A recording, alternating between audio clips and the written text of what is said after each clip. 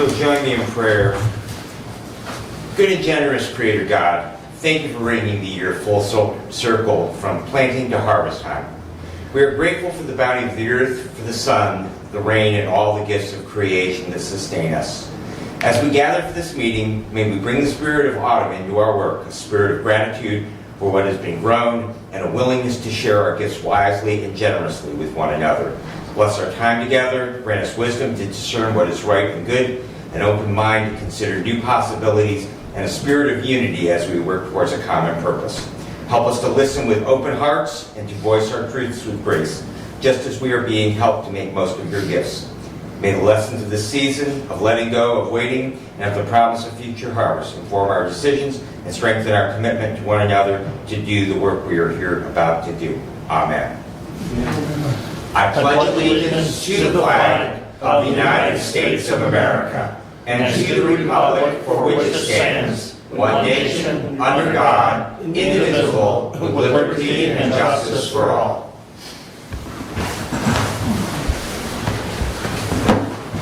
Thank you.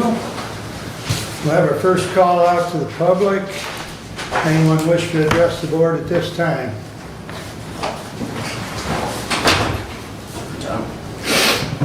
Name, please. James Edward Thomas, 2200 Bar Street. Thank you. I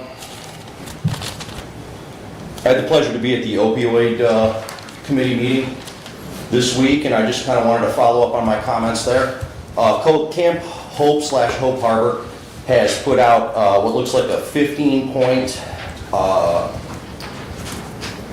I would call it a standard operating procedure, but it's not as specific as a standard operating procedure really needs to be. I just want to go down some of my points of concern with what I see there. They say on number one that they're going to provide wraparound services. They've had a difficult time following code. They've had a difficult time following the procedure to get the property properly permitted and so on and so forth. I have a little bit of concern that they're going to be able to link up these wraparound services and really understand how to follow that procedure. They said in the second point of 5, it says that it's a drug-free area, which is great.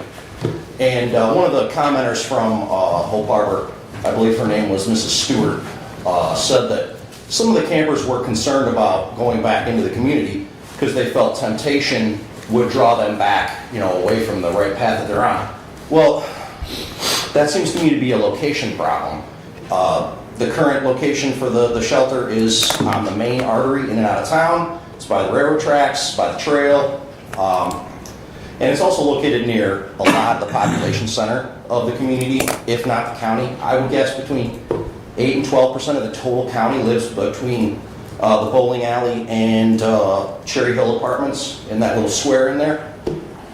So it just doesn't seem like the right place.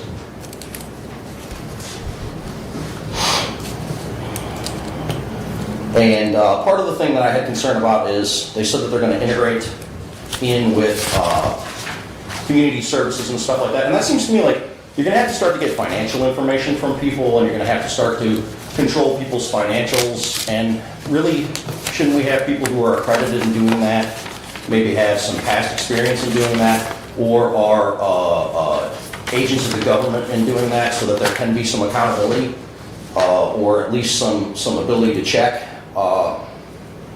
They mentioned that it's a safe place, and consolidating the issues and keeping the homeless safe and keeping the community safe. There are 70 plus first responder calls to Camp Hope since its inception. 70. How many other places in the community demand that much community resources? They're a nonprofit. They don't pay back. They don't have any plans to pay back. And over that 3-year period, they've initiated 70 calls minimum. And then I had a little issue, I'm going to skip over this other stuff. I had a little issue with Hillsdale Township. I believe they're not following the Planning and Zoning Act of 2008. And basically what it boils down to is I believe the county needs a board of ethics.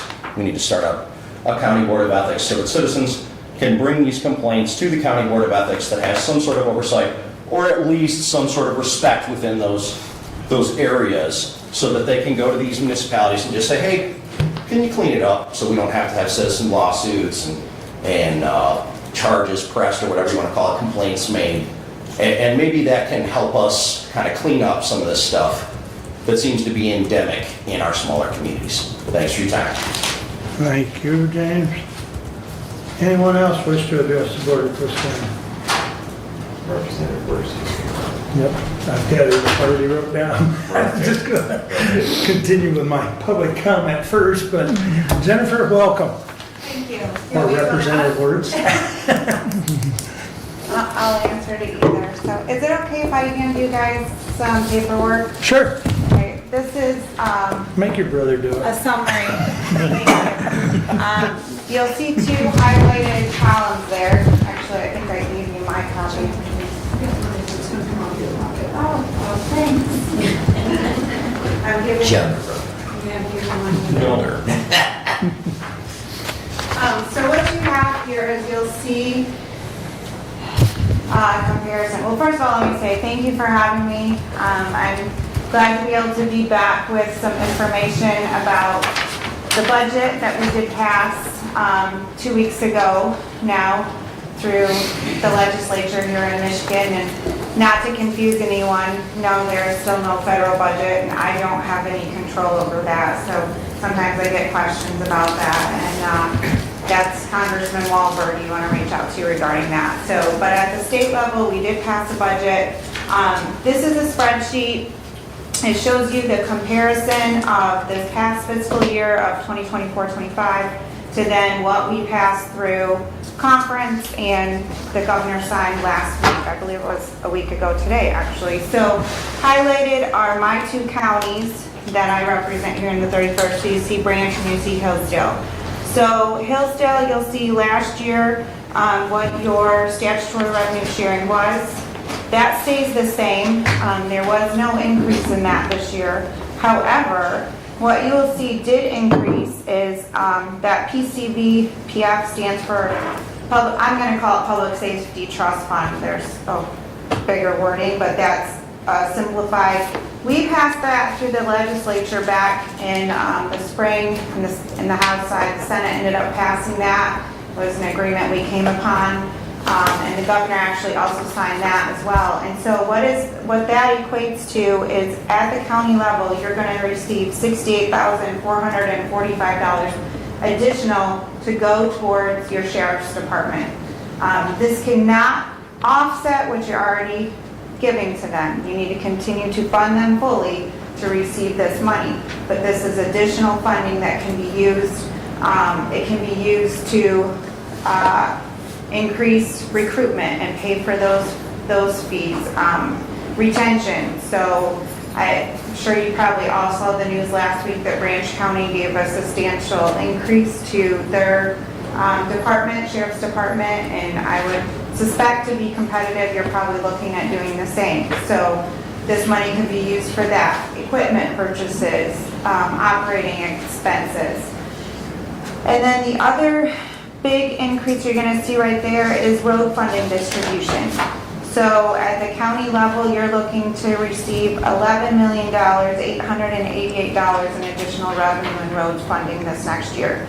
So that, sorry, total, yes, total. Sorry, that's a about 3 million additional, yeah, comparing that to this past year was 8 million. So 3 million more. So then that gives you your net total there, and then a difference. So that's a $3,182,545 increase in revenue that will be coming to the county. Obviously, it's like I said, that is appropriated to road, additional in road funding, and additional into public safety. But then you continue to receive what you have this last year. So I just wanted to share that. If you are looking for additional breakdown by township, I have a whole spreadsheet. It's very lengthy, so I did not print that today, but I would be glad to email that to any of you that would like a copy of that. I can do so after this. So just some other things I'd like to kind of highlight in the budget that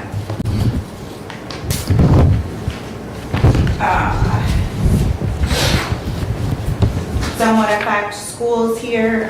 We did increase per pupil funding in school districts to $442 more per student. Continue to allocate some of those, I guess, special pots of money, categoricals, and rural transportation funding. Was a request I heard a lot from locally. Continuation request of that, continuation of the free lunches that the state was supplementing above what federally was being granted in the free and reduced lunch program there. And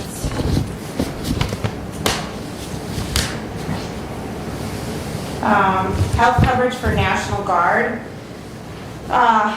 This is something that came to our attention that when National Guards were being deployed through the TRICARE program, they were not covering their health care coverage. And so we passed that, so we will be funding that. That is something I'm not entirely sure right now with the federal shutdown. I think that's probably on pause until that opens back up. And the other thing is upgraded bridge cards. There has been a lot of fraud and abuse in those, and so adding a chip to them and trying to make sure that the person that's being issued those cards is actually using them and not selling them. So there should be now an authentication, and they should be checked for ID in using those is the hope there. And then lastly, rural health care, the $250 million to rural hospitals that was passed federally. Again, once these funds get to us, once the federal government opens back up, will help with the sustainability for hospitals like Hillsdale, Coldwater, and other rural hospitals. So that will help kind of offset some of the concerns that they're faced with there. And before, one other thing, I believe, I was told, I need to double check this, that we did secure some funding for ambulance services who were owed money from the state regarding the non-payment from WellPath. Thank you. Yes, so I don't know if you have any questions. I'm glad to take questions if you have any, but that's kind of a summary. That's mainly what I wanted to come and share. And we are off again, I guess I will say that. Last week and this week, we've not had session kind of in district. I think last week a lot of us kind of just took some time to regroup and analyze the numbers, because this was kind of rushed through at the very end. It's not perfect, I will say. There's some concerns now that have been brought to my attention that unfortunately when you vote a budget through at about 2 a.m., you're not always analyzing everything fully. So that's something I think we need to work on better for next year. But The bucket of public safety money. yeah, I read something that possibly our sheriff's department he could apply for more money based on some criteria. Okay, so the public safety funding, there's 68,000 and the representative and I will disagree on the language on that, because the language in the Appropriations Act says 75% of it must be used or more must be used to pay for a qualified police officer.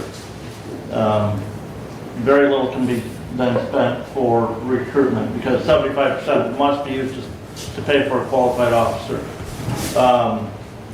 The other 25% can be used for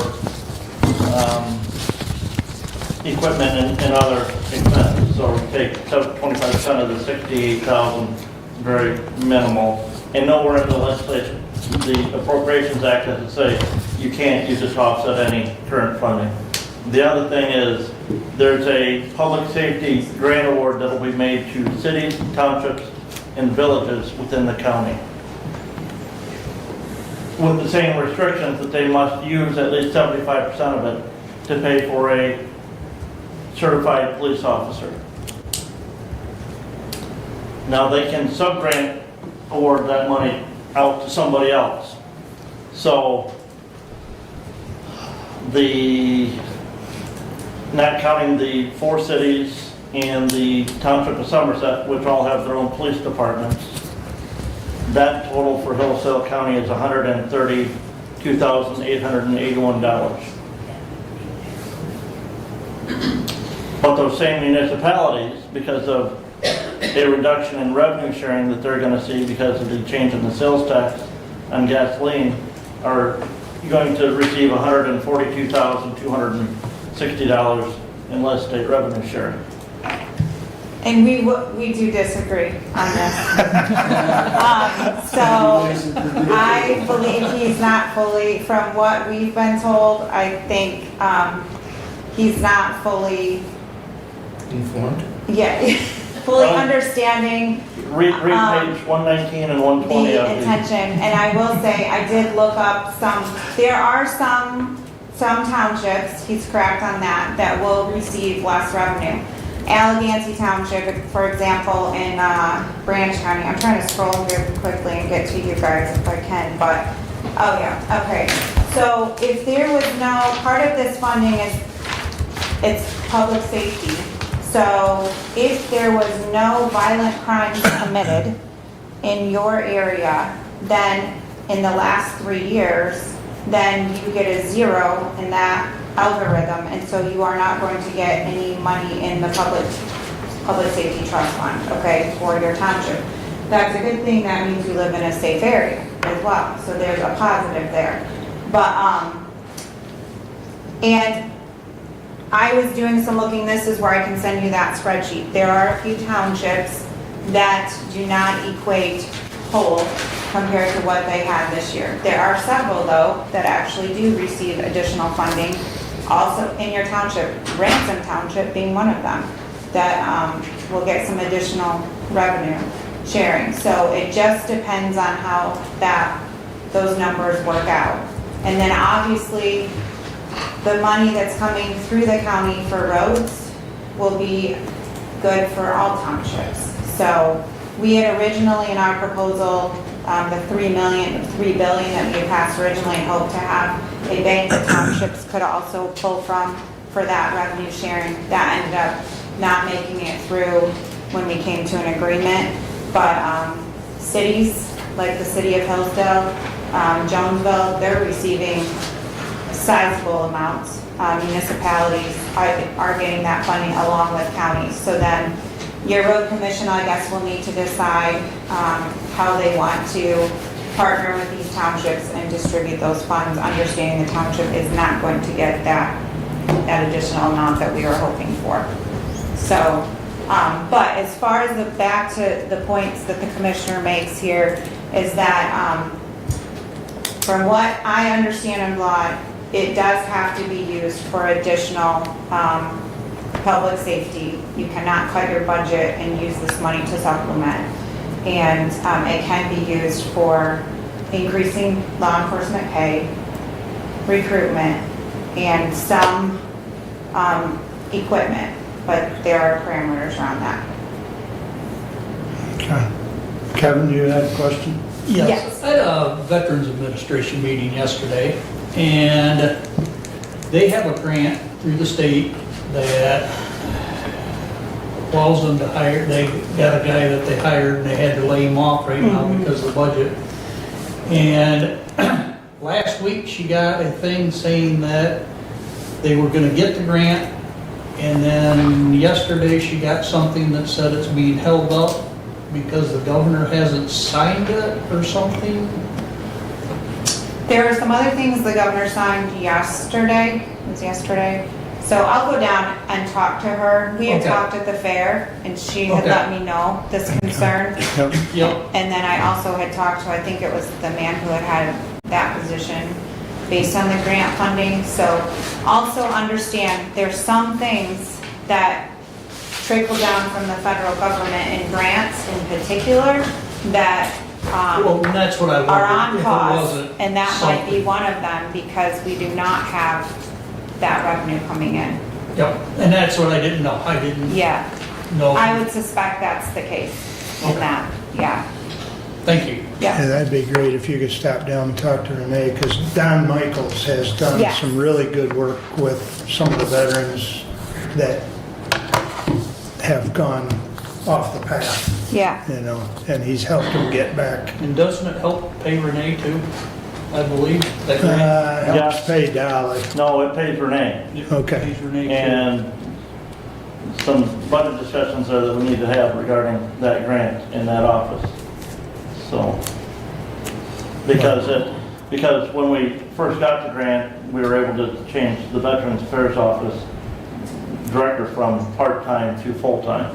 Oh, And that's paid- right. And paid for the deputy. Yep, Then we lost money, and so we lost money for the deputy, but we continued to pay that person out of the county general fund. And then we lost additional funding, which was the probation, veterans probation tracker funding. So, well, I trust the representative will help us on that. The other thing I will just add, as you bring up grants, is that there have been some shifting in grants and who's, where you're gonna apply for those through. And there were a few that were cut. If you wanna read the 800-page budget document, you could find out what all of those are. That's But for you. yes, please reach out if you have questions or you hear things, because then I will follow up with policy and find answers for you. So that's kind of what I've been doing in the last week, and I talked to your sheriff last week about that public safety trust fund, and yeah, what that could look like countywide in a partnership with some of the townships. So I think that's a huge win. And I actually also have a document for you on some materials management. I have a question for you. Okay. When it's my turn. Please. I spoke with Eagle on Friday regarding materials management, and our Hillsdale County work plan has not been approved, much to my concern, since I have answered all of their requests 3 times minimally, and each time I talk to them, they have a new request. So the bar changes each and every time I speak with them. Christina Miller is the current contact at Eagle. In my conversation with Christina, she did add another item for me to include in our work plan, which within 5 minutes after our phone call I had sent to her via the Survey Monkey, which they asked to receive all of their information. She indicated that she sees no reason for us, this is part of my update too, she sees no reason for us to meet in October as the Hillsdale County Planning Committee, since our work plan has not been approved, that it could be upcoming in the next 2 or 3 weeks. They're moving slow, okay? So that being said, Maybe that should be their new slogan. that being said, she also, in the course of our Zoom call, assured me that we have $68,000, to be spent this year. Doug, how come you're not spending it? And my answer was that the money that I've requested is reimbursement money, and that hasn't been sent to us to begin with. How can I spend more money that you haven't sent me in the first place? Was that done fiscal year 24, 25? Yes, it's the 25 money available. So that It's was, the $25. And so she also said money you don't spend will be rolled over into 26, so that we have a 3-year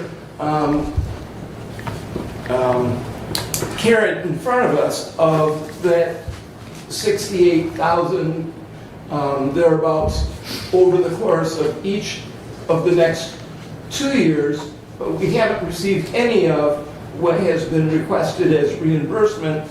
And so my question is, what can I do with Eagle to help them move along? Or is the program going to fizzle out? And we currently do have a waste disposal plan in place from 2002, I believe, or 1998 maybe. You know, is that what we should live with if Eagle isn't going to fulfill what they say they will do and are insisting that we must do? When did you say your last plan was 1998? No, 2002. 2002. Yeah, two is It's solid waste Oh, management two. plan. Okay. Okay. So these are the type of things, please call my office about, because that's the biggest frustration in our departments, I can tell you right now. And we tried to put some accountability and some teeth into this budget on that. One of the things being that people show up to work, or you may not have building space anymore, you may not continue to have the amount of people in your department come next year if you're not actually doing your job. So I'm and hesitant showing up. to spend money that will, in the long run, be something that is a legacy cost that we don't have in the first place. I'm trying to make a decision so that, and the committee is trying to make decisions so that we can do citizen education on recycling. We sent a postcard pretty much countywide that was funded through Region 2 and Eagle. However, we aren't going to hire staff. We aren't going to spend money that's going to cost us if we don't know where this program is going and what we can accomplish without overspending for our future. That's a problem. Yeah, that's fair.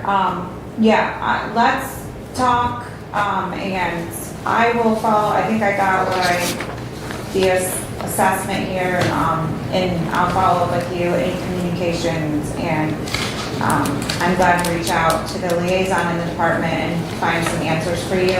I also will say, I was at a city meeting last night in Bronson, and there was a commissioner in Branch County, which I know they are partnering with someone else. St. Joe. Yeah, but mentioned something about, kind of something regarding this too, and forgoing some property in the county because of an agreement they have. So I don't know, I'm wondering if the fact that you already have a plan and if that could be useful. So, Appreciate your help. yeah, Thank you so much. sorry about the lack of response from agencies. Any other questions for the representative? Thank you so much for coming. You're welcome. Yeah, nice to see you. Your mug's back there, by the way. My what? Your mug, just don't forget your mug. Oh, thanks. I brought it.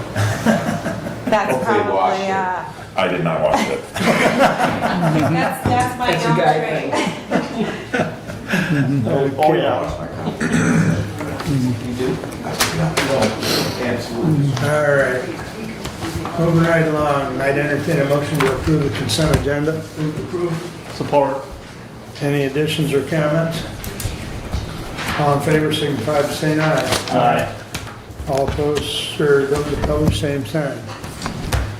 Consent agenda is approved. Correspondence is listed. Any comments on correspondence at this time?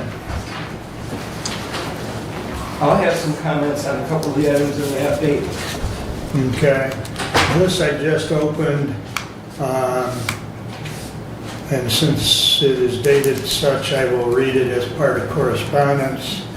It's from the city of Hillsdale. It says, Dear Commissioners, Hillsdale Renaissance LLC, located at 16 South Hillsdale Street, Hillsdale, Michigan, has requested recognition under Act 195 of 2000 by filling out forms and submitting them to the city clerk. Therefore, on Monday, October 20th, 2025, there will be an informational meeting and public hearing on their request at 7 p.m. in the council chambers. Should the council vote no, Hillsdale Renaissance LLC will have 10 days to file an appeal. Should the council vote yes, we will forward the request and reaction of the city council to the State Tax Commission for their approval. Any questions, comments, or objections to this request may be presented at the October 20th meeting or in writing to the city clerk prior to that time. So, Did we just get one from them? Because I thought they were doing two public, it's a That's, obsolete property rehabilitation.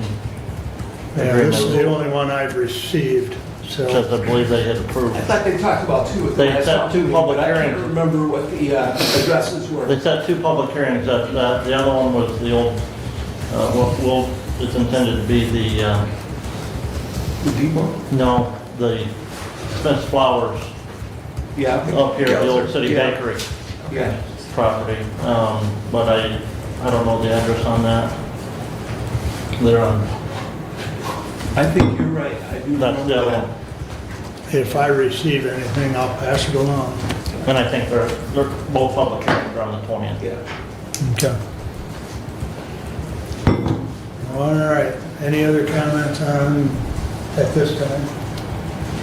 All right, I'd entertain a motion to approve the regular agenda. So moved. Support. Any additions or corrections? Hearing none, all those in favor signify by saying aye. Aye. Opposed, same sign. Regular agenda is approved. Matt, you're up, sir. Thank you.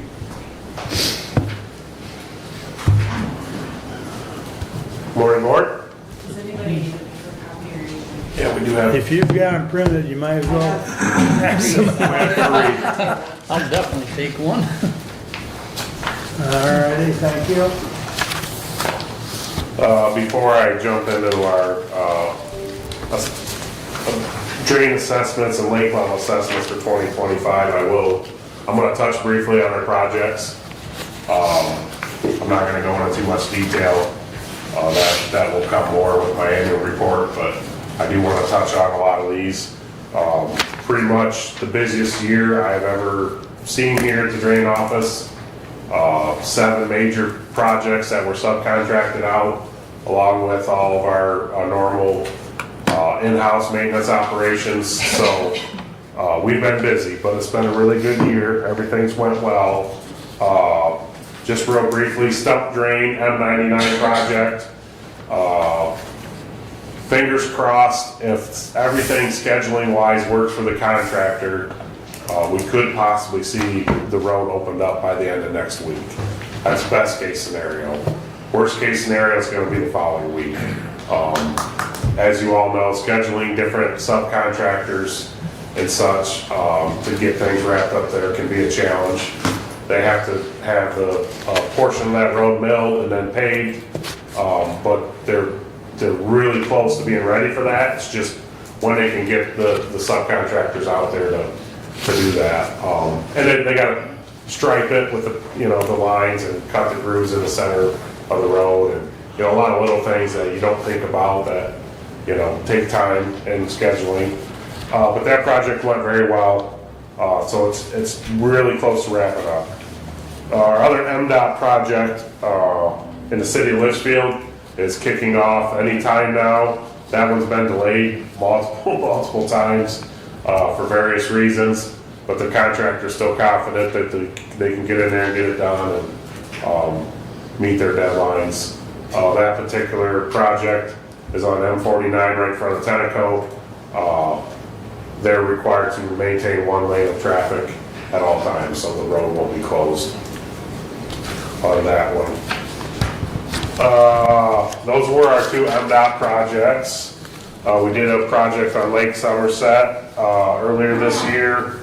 That went very well and is wrapped up. The last thing we did here a few weeks ago was some fencing was installed by Watkins Fence out of Pittsburgh, Michigan. I was glad to see them be able to help us out with that. Good local company. They installed some fence there to finish that project up. Bear Lake project is completed. That all went well. Clark Drain petition project, that has been completed and I think was a very good success, particularly to Woodbridge Township, Ransom Township with the Grass Lake. Brad, I know you're local down there, you know the situation between Burt and Camden Road on Grass Lake Road with the flooding, so we're hoping that we've provided a much needed drainage outlet for that area. They may actually be able to keep a road there now. Yeah, hopefully. So, yeah, that was a very good project. Mary Lake project is due to kick off next week. It's nothing major. I've been working with the association, Lake Association on that, coordinating. We're having a pre-construction meeting Thursday. That's gonna kick off. And then we still have our Boyd Drain petition project in the village of Waldron, Bright Township. We plan to bid that out this winter, either late this year or early next year for spring or summer construction of 2026. So that's a brief breakdown. When I do my annual report, I'm gonna try and, I was talking with Aaron, I think I'm gonna try and put together a small presentation with some pictures. We did a lot. We did a lot this year. Some very massive projects. That M99 project was amazing to say the least. You know, they had a 100-foot wide hole opened up 25 foot deep, so there's a lot going on there with that. So I'm pretty excited about our year, and I felt I'm gonna try and share some of that with you guys when I do my annual report. I can't remember, when does that happen? Is that the spring? February.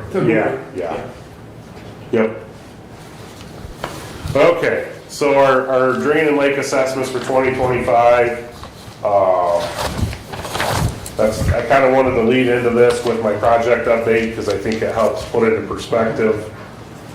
Needless to say, with the amount of work we did this year, does somewhat affect how much our drain assessments and lake assessments are. So they're a little bit higher than in previous years. So we have a total of our maintenance on our drains, petitions on our drains, and then our lake assessments of $815,126, which is a little bit higher than in years past. But like I said, that has to do with all the work that we've been doing this year.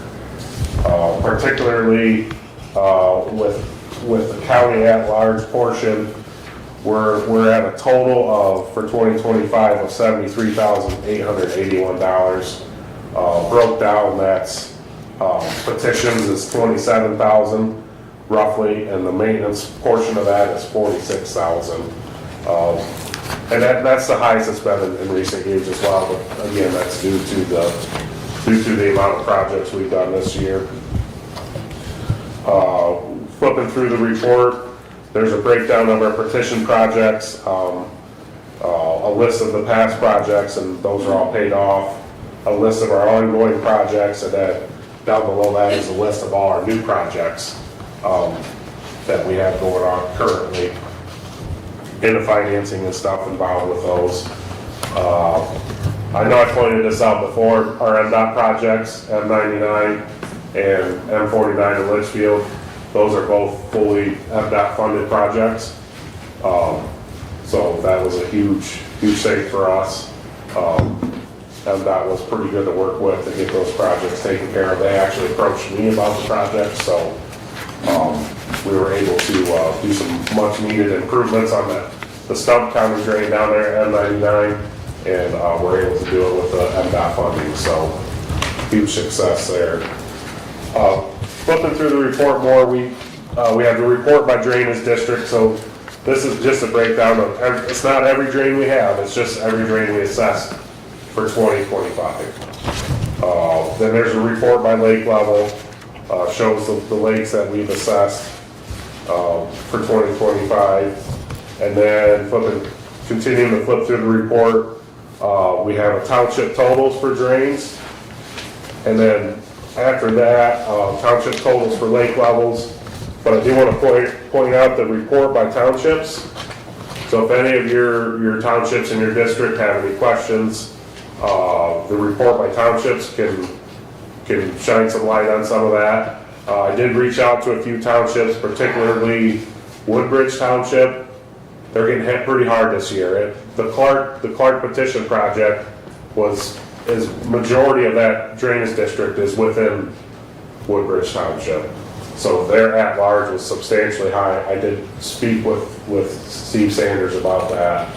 So he's aware. It's like 10% of the budget, so Yeah. it's a big budget. It's huge. But it'll be high for the next 10 years. Yes, Yeah. because of that Clark drain being a 10-year payback. Yeah. Yep. And, you know, it's a hard pill for some of these townships to swallow, I get that. But we still have to keep our drains flowing and keep things working too, so. But yeah, that's our reports by township. All the townships are in there. And then there's a few, you know, City of Hillsdale, City of Westfield, City of Reading as well, not much there. And that's pretty much it.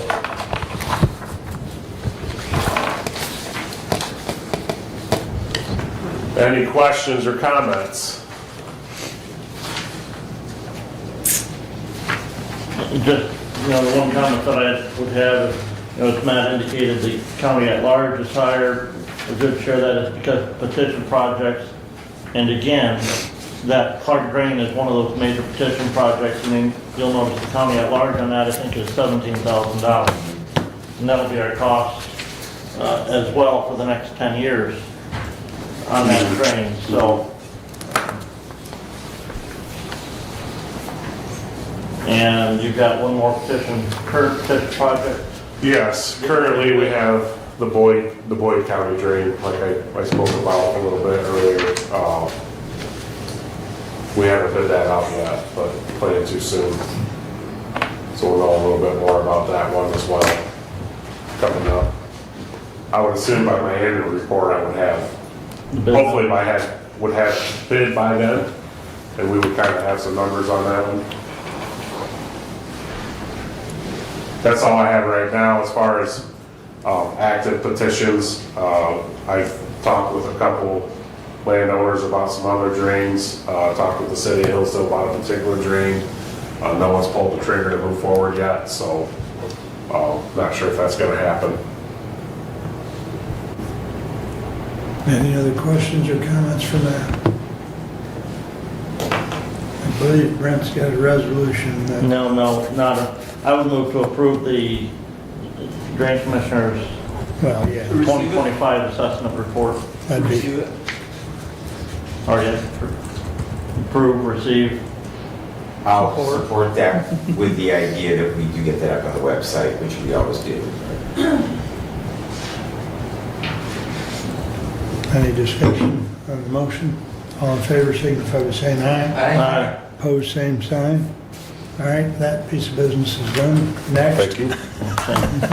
And again, the one action item for me, resolution 25-128 to the Honorable Board of Commissioners, subject to resolution 20-064 dated June 30th, 2020. The Hillsdale County Drain Commissioner seeks to purchase a hydrovac trailer for safer, less costly and timely repairs to drains that are encumbered by other utilities. The Drain Commissioner will seek 3 bids not to exceed $100,000. Funds from the Drain Commissioner's equipment fund will be used for this purchase. 639-000.00-684.002. I move for adoption. Support. Who supported?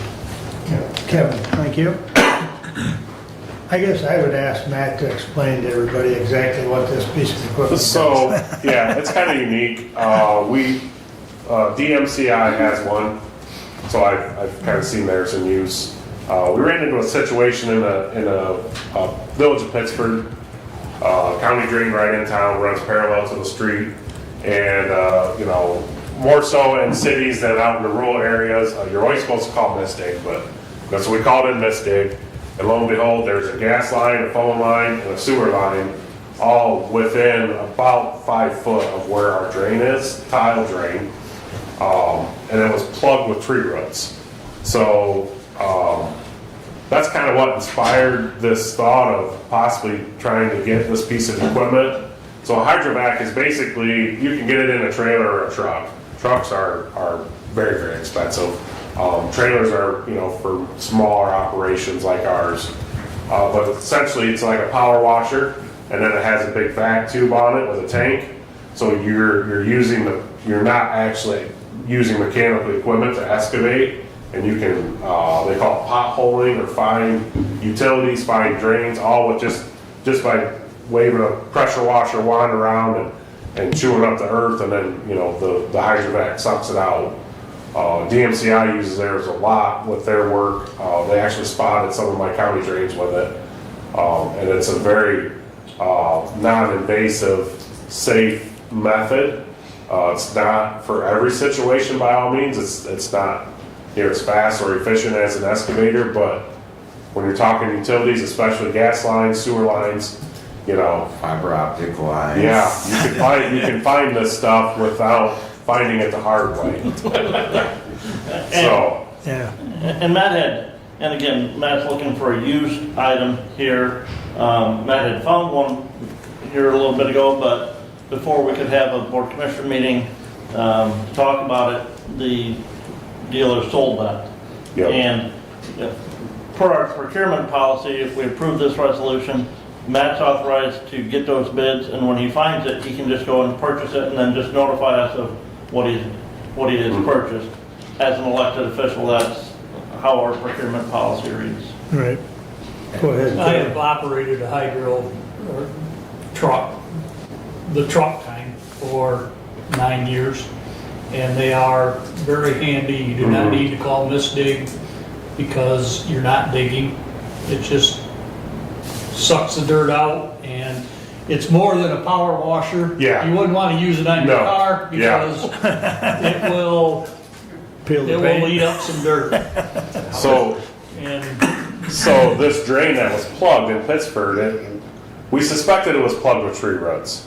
And there was a catch basin upstream. It was full of water. The water was filling up and running through the cross culvert of the street and making this lady's yard wet on the south side of the street. And it kind of had been doing it for about 2 or 3 years at least. And I knew about it, but I knew it was like, how are we going to do this? So we have a contractor we've used before, Plumbers Incorporated, out of Byron City, and they brought their vac truck down, or their jetter truck. Yep. So a jetter truck's a little different, but those are about 3,000 PSI, but they move about 80 gallons of water a minute.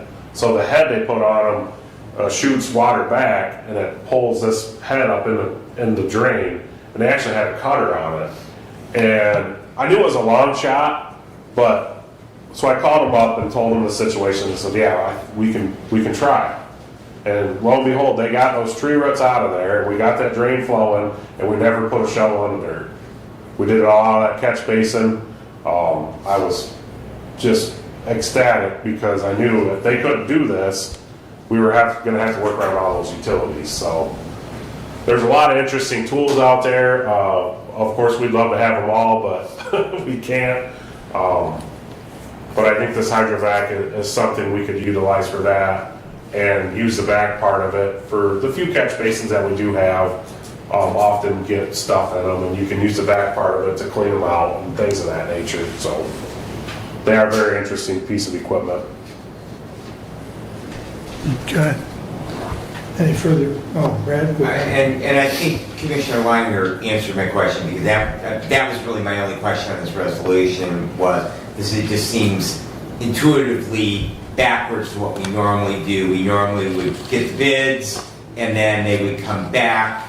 There would be a budgeted amount, or be a budget amendment, but then we would get bids, they would come back to the Board of Commissioners, and we would then approve the bids. I understand, and just going forward, we just need to make sure that our other department heads understand about that. The key thing there, Commissioner, is you need to make sure you read the procurement policy, and all elected officials and department heads need to make sure they read the procurement policy. Because the policy is written differently for other elected officials than it is for just appointed department heads. Once the procurement is approved, as we would do here, an elected official then makes the final selection and makes the purchase. A department head still has to bring those bids back. An appointed department head still has to bring those bids back to the Board of Commissioners for final approval. But again, that's from the procurement policy from 2020 that's referenced. And just to comment on that, Commissioner Benzing, It's not too bad. It's pretty easy to do with new equipment. Not so much with used. When you find a used piece of equipment, especially something that's, maybe a good deal, you have to jump on it. Another example in our fleet is our dump truck. It's used. We paid $15,000 for it 15 years ago, and it does what we need to do. We thought maybe it was going to need to be replaced here recently, but the local shop in Litchfield did a good job, got it fixed up again for us. But when I go to replace that, I'm not looking at new. I'm looking at used. So to seek 3 bids and provide those in a timely manner for me to purchase a used piece of equipment proves to be difficult. And we found that with this hydrovac as well. And the so- difference is elected versus. Right. Right. Yeah. Right. Yeah. Okay, any further discussion on the resolution? Roll call, please. Commissioner Wiley, Yes. Commissioner Benzing, Yes. Commissioner Leining, Yes. Commissioner Ingles, Yes. Commissioner Collins. Yes. Passes. There you go, Matt. Thank you, board. Just want to Thank you. take a minute and thank Matt and his staff for all the hard work that they've done this past drain fiscal year and working on all those projects, and know that there's still some to get finished up here before winter sets in, but Yeah, I things are looking good. want to thank the drain commissioner for making arrangements for me to stop out on that stump drain project. I was out there during Fair Week one day and just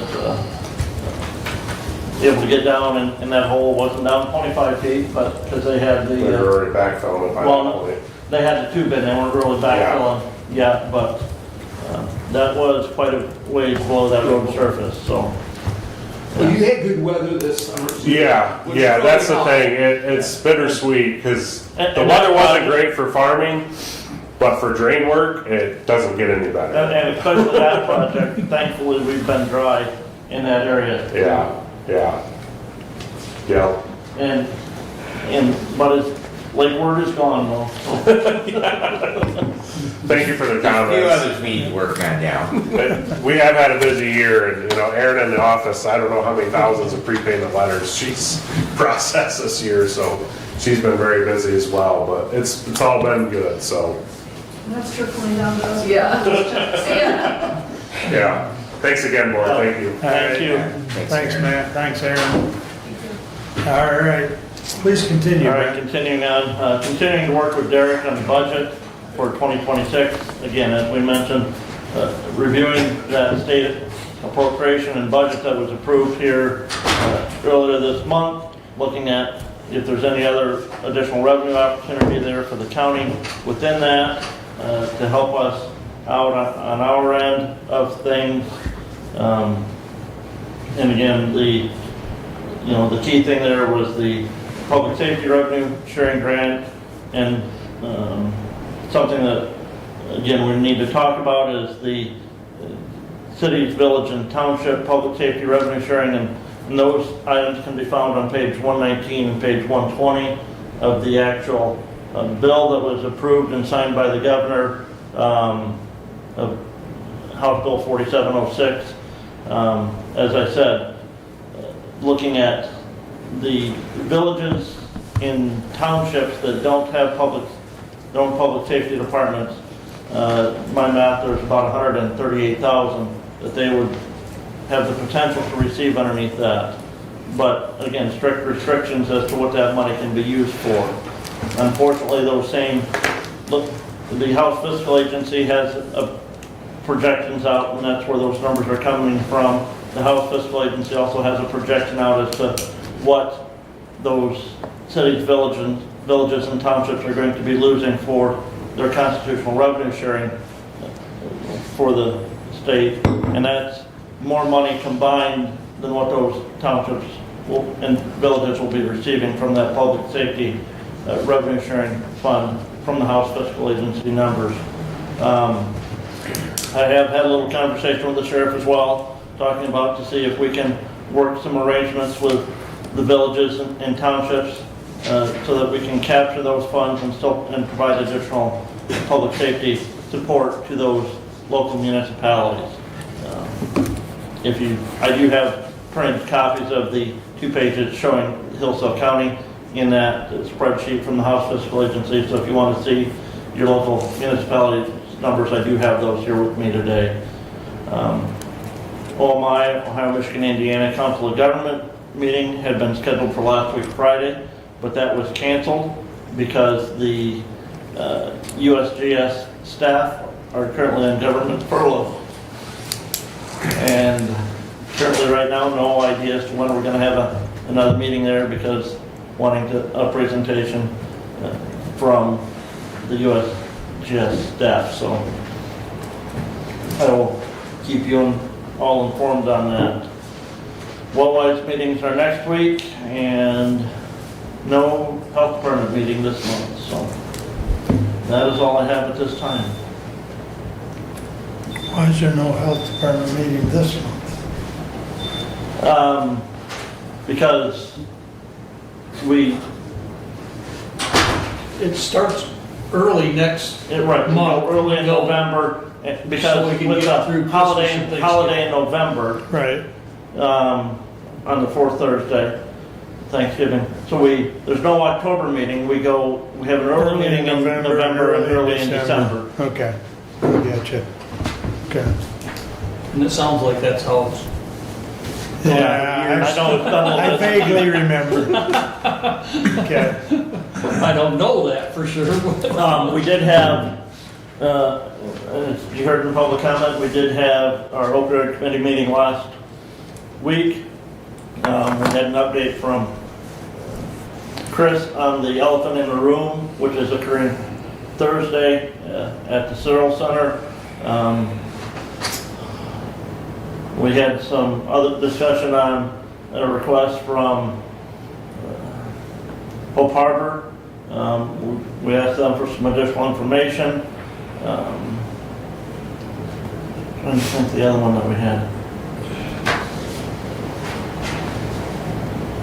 I didn't bring that notepad, but I do know we had that request from Cassie at Lifeway. Yes. She is going to come to the next meeting Okay. to help explain and answer questions. Seems like we discussed something else, Yeah. but in any event, you summarized it. Right. We don't have anything, the opioid committee does not have anything to bring to the board today. Yeah. So, And our next meeting will be after, November 12th. which is after our first November meeting. So the first time we would have see anything would be 25th from the opioid committee back here. So.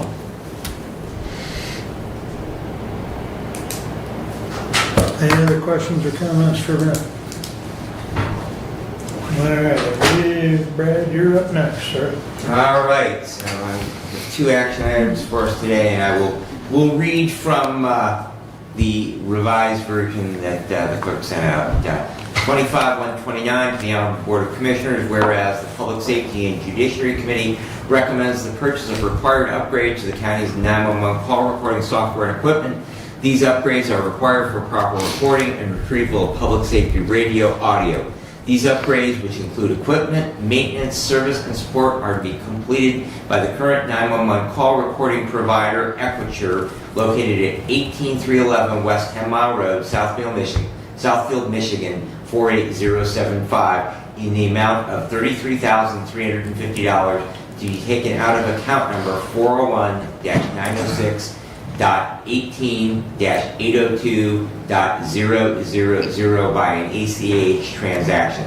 Whereas the Hillsdale County Emergency Telephone Services Board is recommending this purchase of these upgrades for the amount and purpose stated above, and now therefore be it resolved that the Honorable Board of Commissioners in the County of Hillsdale hereby instructs and authorizes the Hillsdale County Board of Commissioners Chairperson and the Hillsdale County Central Dispatch Director to complete this purchase transaction for the dollar amount so stated, and to proceed with all details necessary to plan and update the 911 call recording system, and I would move for adoption.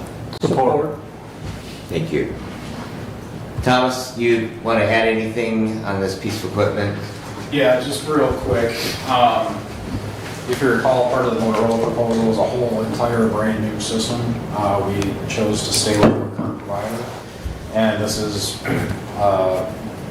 to make sure that we are recording everything that we need to be recording on the new system. So it's just to upgrade our current system. If we would have stayed with the system they proposed, it would have cost us more money. So in the long run, this is a lot cheaper to do. And the account number is the account where the 800 megahertz bond proceeds funds were being expended out of, and we have clarification from the bond council that that is an approved expense for those funds, so. Correct. Any other questions or comments? Roll call, please. Commissioner Benzing, Yes. Commissioner Leininger, Yes. Commissioner Ingles, Yes. Commissioner Collins, Yes. Commissioner Wiley. Yes. Passes 5-0. You get the appropriate paperwork, does Abe have it?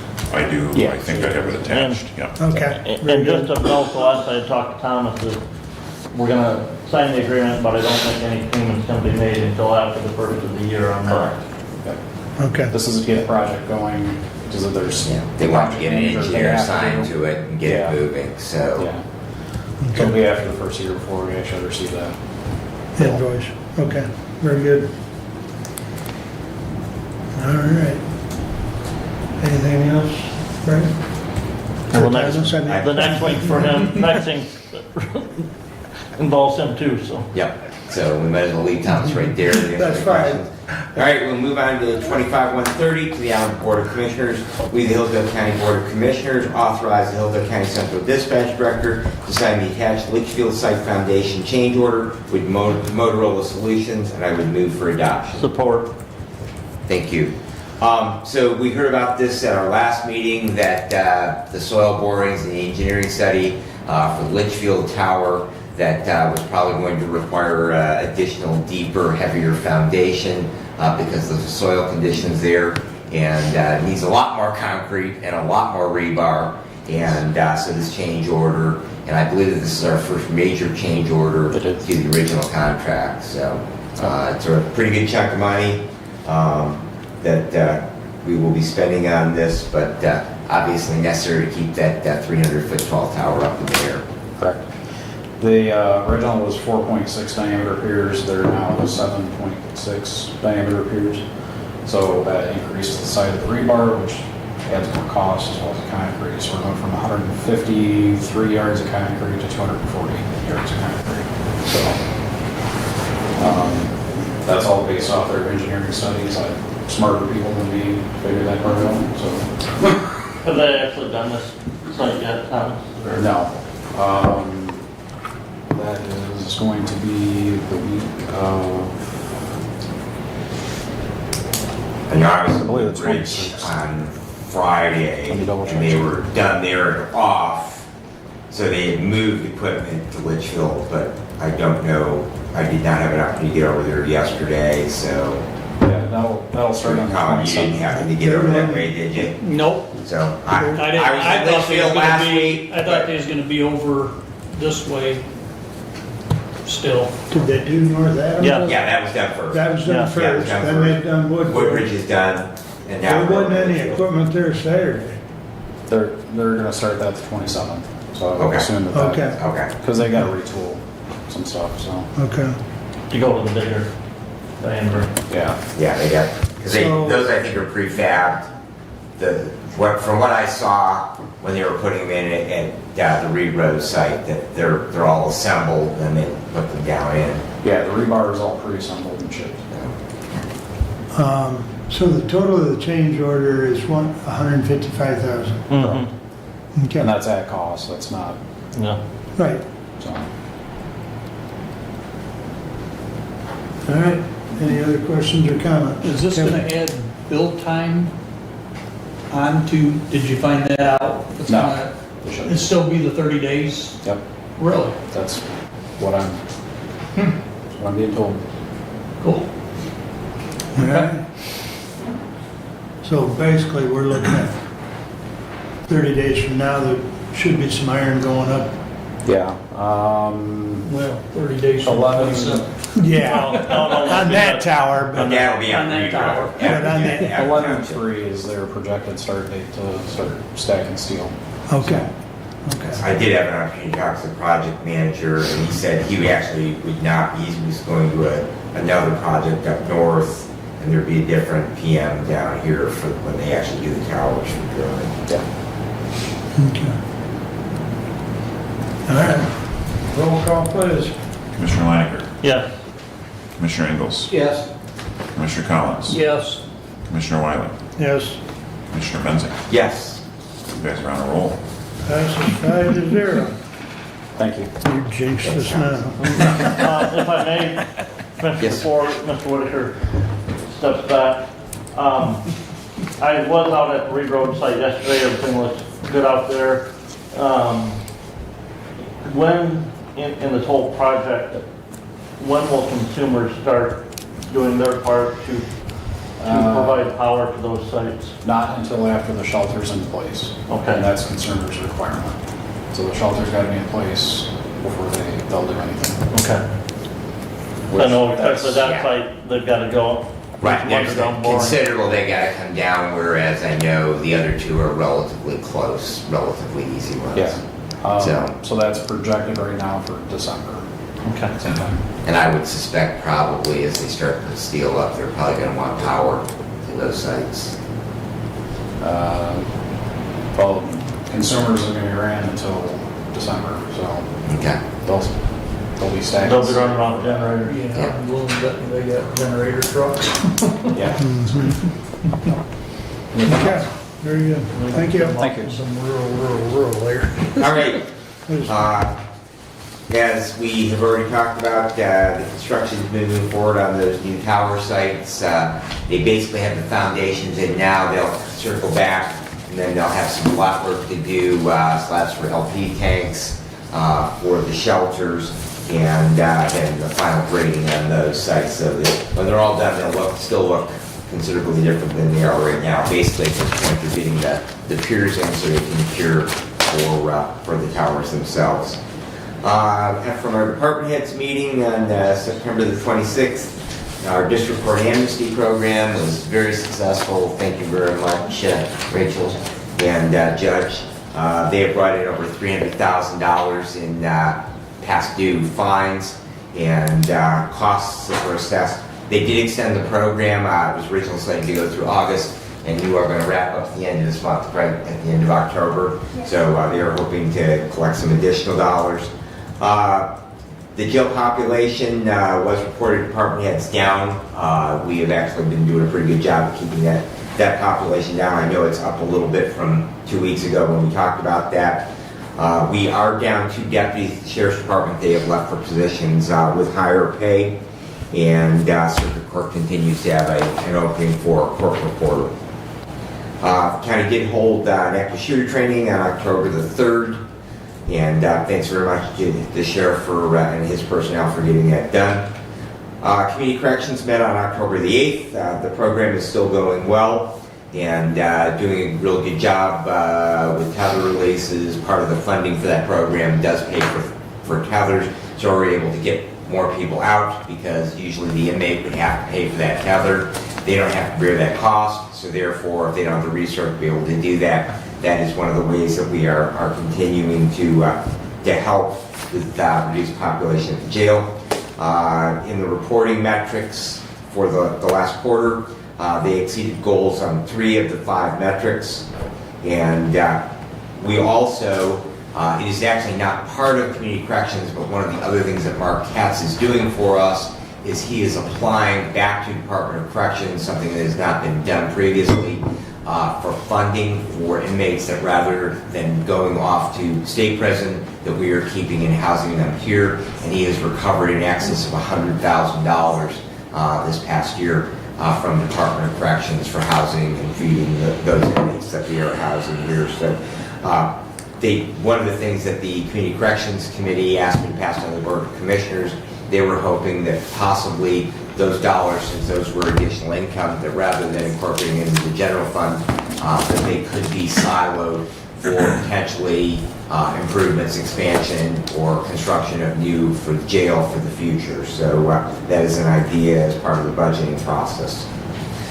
We have 911 board meeting coming up on Wednesday, and Mark and I will be in union negotiations for pretty much all the time prior to that.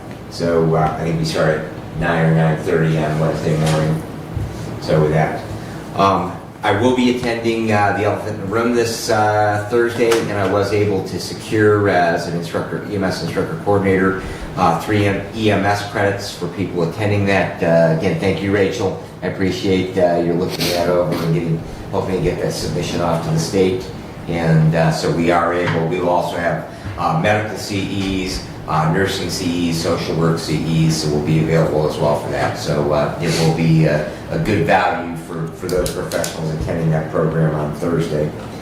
And Mark and I will meet with Jackson and Lenawee counties on the 22nd for our continued discussion on the Office of the Medical Examiner.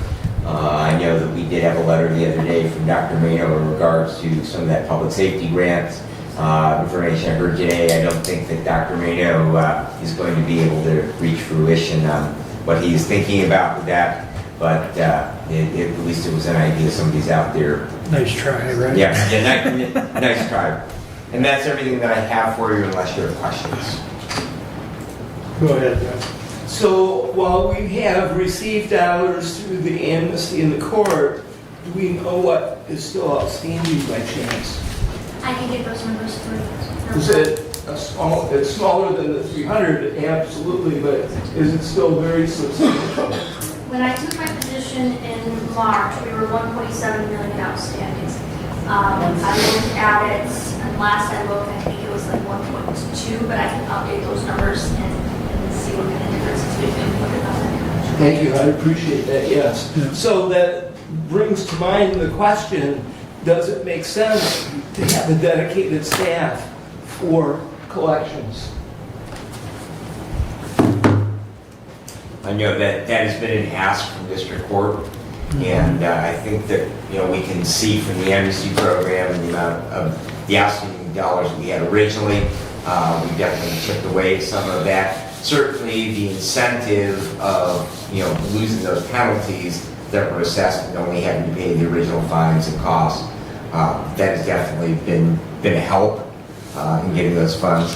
But I do, I'm definitely supportive of the idea of having a dedicated collections person, and as long as the revenues that they are collecting exceeds the cost of that position, then it would be worthwhile funding. Once, if we were too successful, and I'm going to be assuming that the court will continue to be assessing those fines and costs, so it's not like that bucket will ever go dry. So it probably would be a good use of resources to consider that.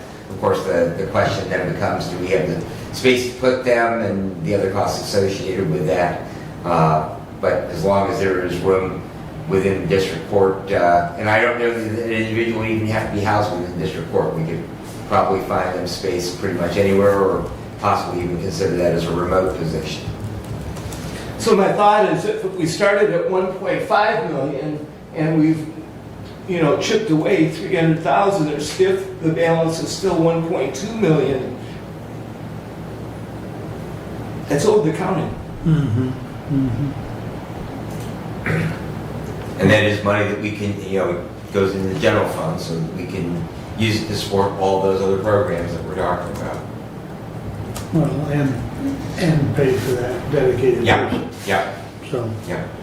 So yes, I know the Personnel Committee has talked about it, and we're supportive of the idea, it just, supportive. Yeah, well, our recommendation passes on to budget, and then budget has to make the numbers work. Exactly. Thank you. That's all my questions. Just to clarify, at least what I'm showing, Brad, is we meet with the supervisor group at the Sheriff's Department at 10:30 tomorrow. Then we meet with the supervisors at 911 at 1. Right. And then going forward, we've got Meeting on the 20th at 9 AM with the deputies. And I believe, and I don't show a time, I'd have to look back, but I know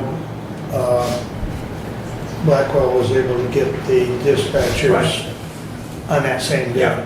Yeah. So Yeah, I sometime- think the idea was we were going to go from the one on over Central Dispatch. Correct. So, Correct. and they were gonna flex on start time based on how quickly we get. And the goal that I set forth was to be done by the first week of November.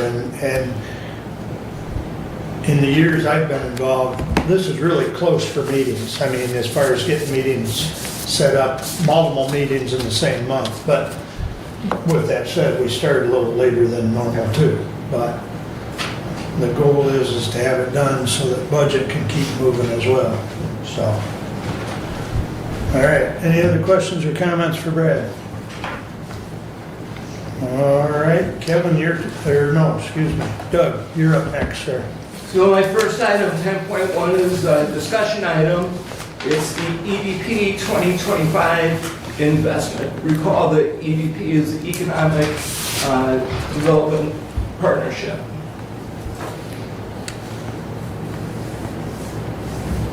The invoice for 2025 is unpaid, and the new invoice for 2026 is in correspondence. EDP is looking for support from the Board of Commissioners in the form of dues. This has been discussed in the past. What is the flavor of the Board of Commissioners? I would advise that these items are not in the current budget. We're not in the budget for the 24 fiscal year, not in the budget for the 25 fiscal year. 24 was. No, and 24 was not. paid. I talked to Derek last week, and he looked it up. 24 we did contribute, 25 we have not. 24 we may have contributed, but was it in the 24 budget or was that in the 23 budget? Because It was we're not in the seeing trailer. 24 budget. I'm just telling you what Derek told me last week. Let's Speaking hear of- it. Let's hear it from the EDP is sage's not in the voice. 24 budget. Come on up. We EDP. were just talking about you. The EDP, I talked to you last week, and it was not in the 25 budget, Correct. but am I wrong? Didn't you tell me it was paid in 24? Well, I can tell you in a second. There's a lot riding on this, Terry. I mean, I may have been bouncing along the tractor and not heard you correctly. We're gonna call you prime That time is here. correct, $2,500 in 2024. When? I don't know. Do you know what line item? 101-966-00-998-002. 2024 activity, $2,500. Yeah, I was sure that it was taken out 24. But again, it's It was not, not budgeted in 25, and I remember having the discussion about it for 25. yes, when we approved the budget, it was not approved. Okay. Thank you. And to be honest, Commissioner, I'm not in favor of funding EDP. We as the county, if you look at our audit report, and one thing that's called out specifically in our audit is the industrial facility tax money that we give, that we don't receive because of local units of government approving businesses for IFTA credits. And that IFT credit reported in our last audit was over $30,000. That's just one item. Not included in that is the Oprah tax credits. You know, when we heard about the city of Hillsdale holding a meeting. Not included in that is the TIFA captures, the DDA captures, the LDFA captures that are made by local units of government that go to support economic development. None of those decisions do we have a say in directly at this body.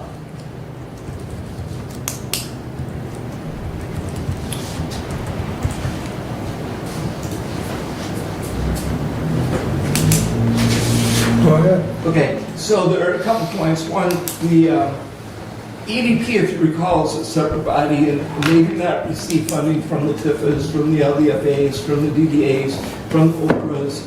And while that money is captured from the taxing authorities that you just mentioned, that is not what EDP does. Now, my committee, and even on our agenda, if you look, is facilities, technology, and economic development. Committees that I attend and meetings that I attend are Michigan Works Southeast and EDP. Commissioner Collins' Economic Development Committee essentially is the Planning Commission. These are the committees that are part of our structure. EDP does economic development for our county. We have a seat as Board of Commissioners on their board currently. An example of what EDP has done, recently, EDP has assisted in obtaining a grant for the 124-acre industrial parcel in Litchfield, not the TIFA portion. There's still an industrial parcel to ensure the site is fully developed and positioned for future investment opportunities. Their total estimated to spend on that is $40,000. EDP currently is doing a housing study and wage and benefit study. These are important actions that the EDP does. One of the great benefits that I receive, and so the County Board of Commissioners receives, is the quarterly meetings that we attend, that I attend. I hear from business owners, Jonesville Paper Tube, Hillsdale Terminal. We hear from Consumers Power, Michigan Gas. We also hear from each of the cities. Hillsdale City, Litchfield, Reading, Jonesville, and the progress that's being done and the promotion of economic development. If you go to the website, you'll see videos from each of the cities that are promoting the growth of economic development in Hillsdale County. Now the question is, do we as Board of Commissioners want to have a seat at the table? In addition, they do workforce training and scholarships. Historically, Board of Commissioners has thought and benefited in the seat that we do have at the table. And the question is, really, do we want to continue that, or do we want to not participate and let the waters flow without our input? I don't know the answer to that. That's why I bring it to you today. Brad? You know, I'm just going to echo my previous comments about Townsville. They do a great job over at EDP, but I see our role as government is making it as easy as possible, helping with whatever rules and regulations we have, whether it's our building inspection department, permitting process, working with the Planning Commission, and just staying the heck out of the way and let business do its own thing. And so I'm not particularly supportive of us, and I previously have not been particularly supportive of us making an economic contribution for its dues to their organization. Okay. Kevin, comments? I know they've done a lot of good work around the county. I do know that, but I don't know if the county should actually be giving money to it. So, I don't know. We already know Brad's feelings. Well, and Commissioner Engels, you indicated that they've got videos and they talk to the cities in the county, and there are 4 cities in the county. But there are numerous villages in the county. And I see many of those villages that they don't hear or know of Hillsdale EDP, and Hillsdale EDP doesn't call on them to help them attract businesses to the citizens in the rural parts of this county.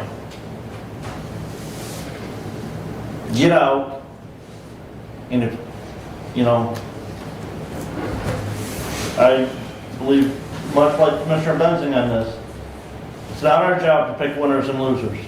It's our job to make it as easy for anybody to succeed in any business. And to me, EDP at the local level and the Economic Development Corporation at the state level has been too much in the business of trying to pick winners and losers. And this is not the role of government.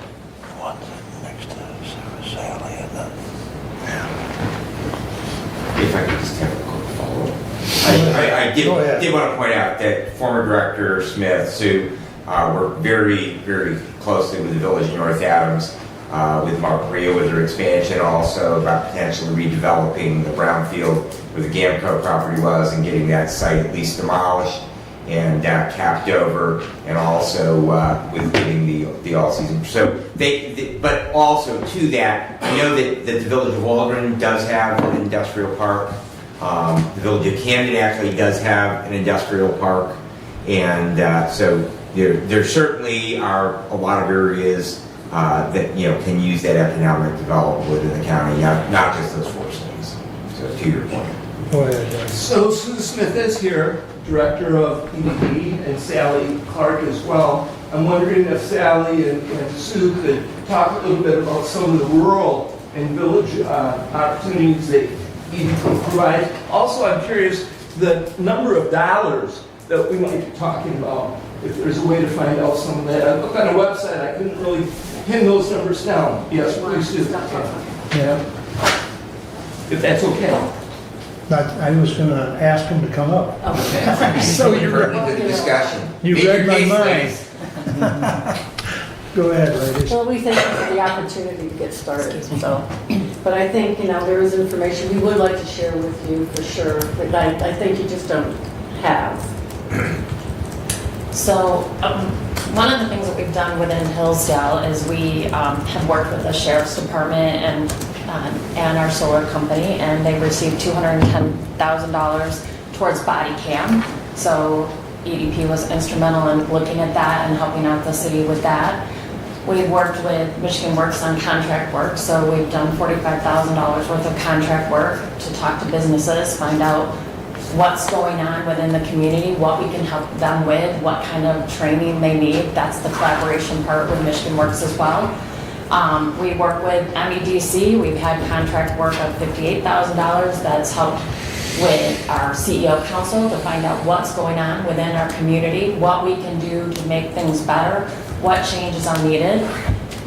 We also worked on the SSRP grant, which was site readiness for Litchfield, and we would love to do that for other areas as well. We do a fellows program that's $15,000, which we were lucky this year. We had 6 out of the 10 from, it was Lenawee and Hillsdale. We had 6 from Hillsdale entrepreneurs that are receiving 10 classes plus a $4,000 milestone grant to help them succeed within their new businesses. We're really excited and pleased about where that's been going.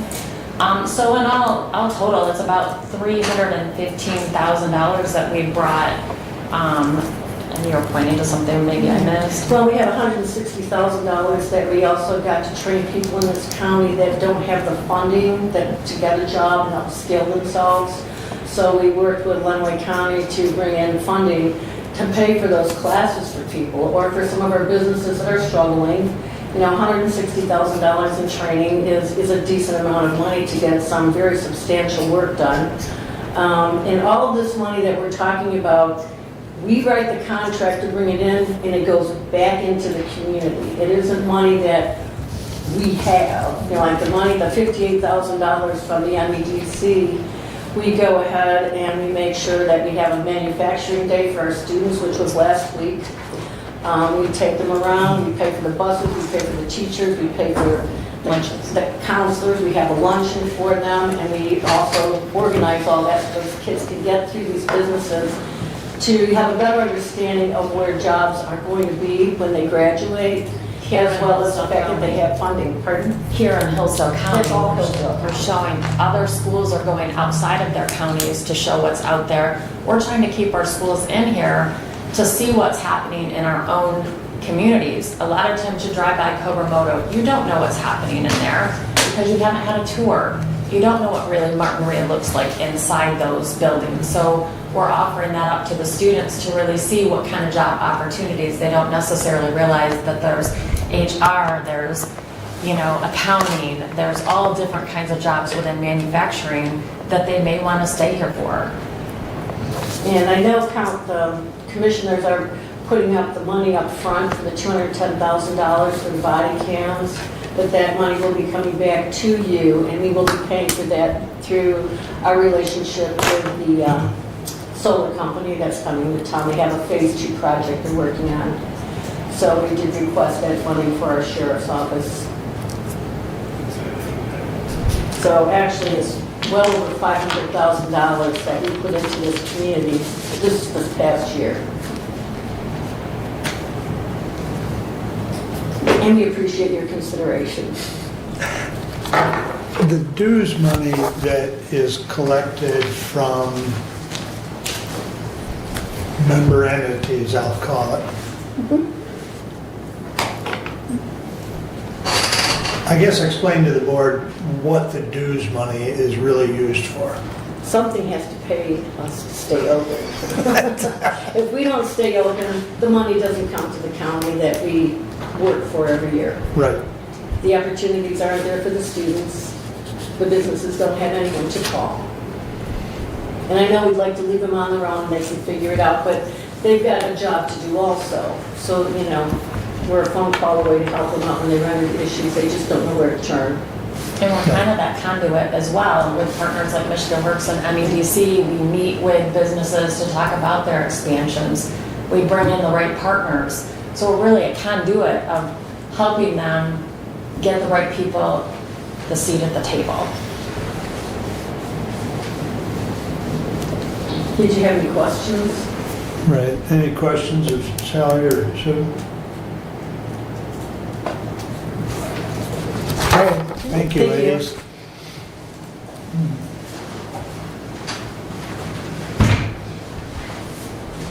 I think, go ahead, Kevin. Why wasn't, I wasn't here last year, so Right. why wasn't this approved last year? Does anybody remember? Well, in the budgeting process, going through that with some of the changes that the Board of Commissioners made on some staffing issues and those types of things, we ended up even where we were with expending more money than we projected to bring in revenue. So we were looking at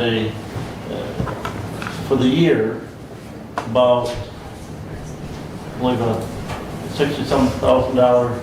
I'd have to double check that figure.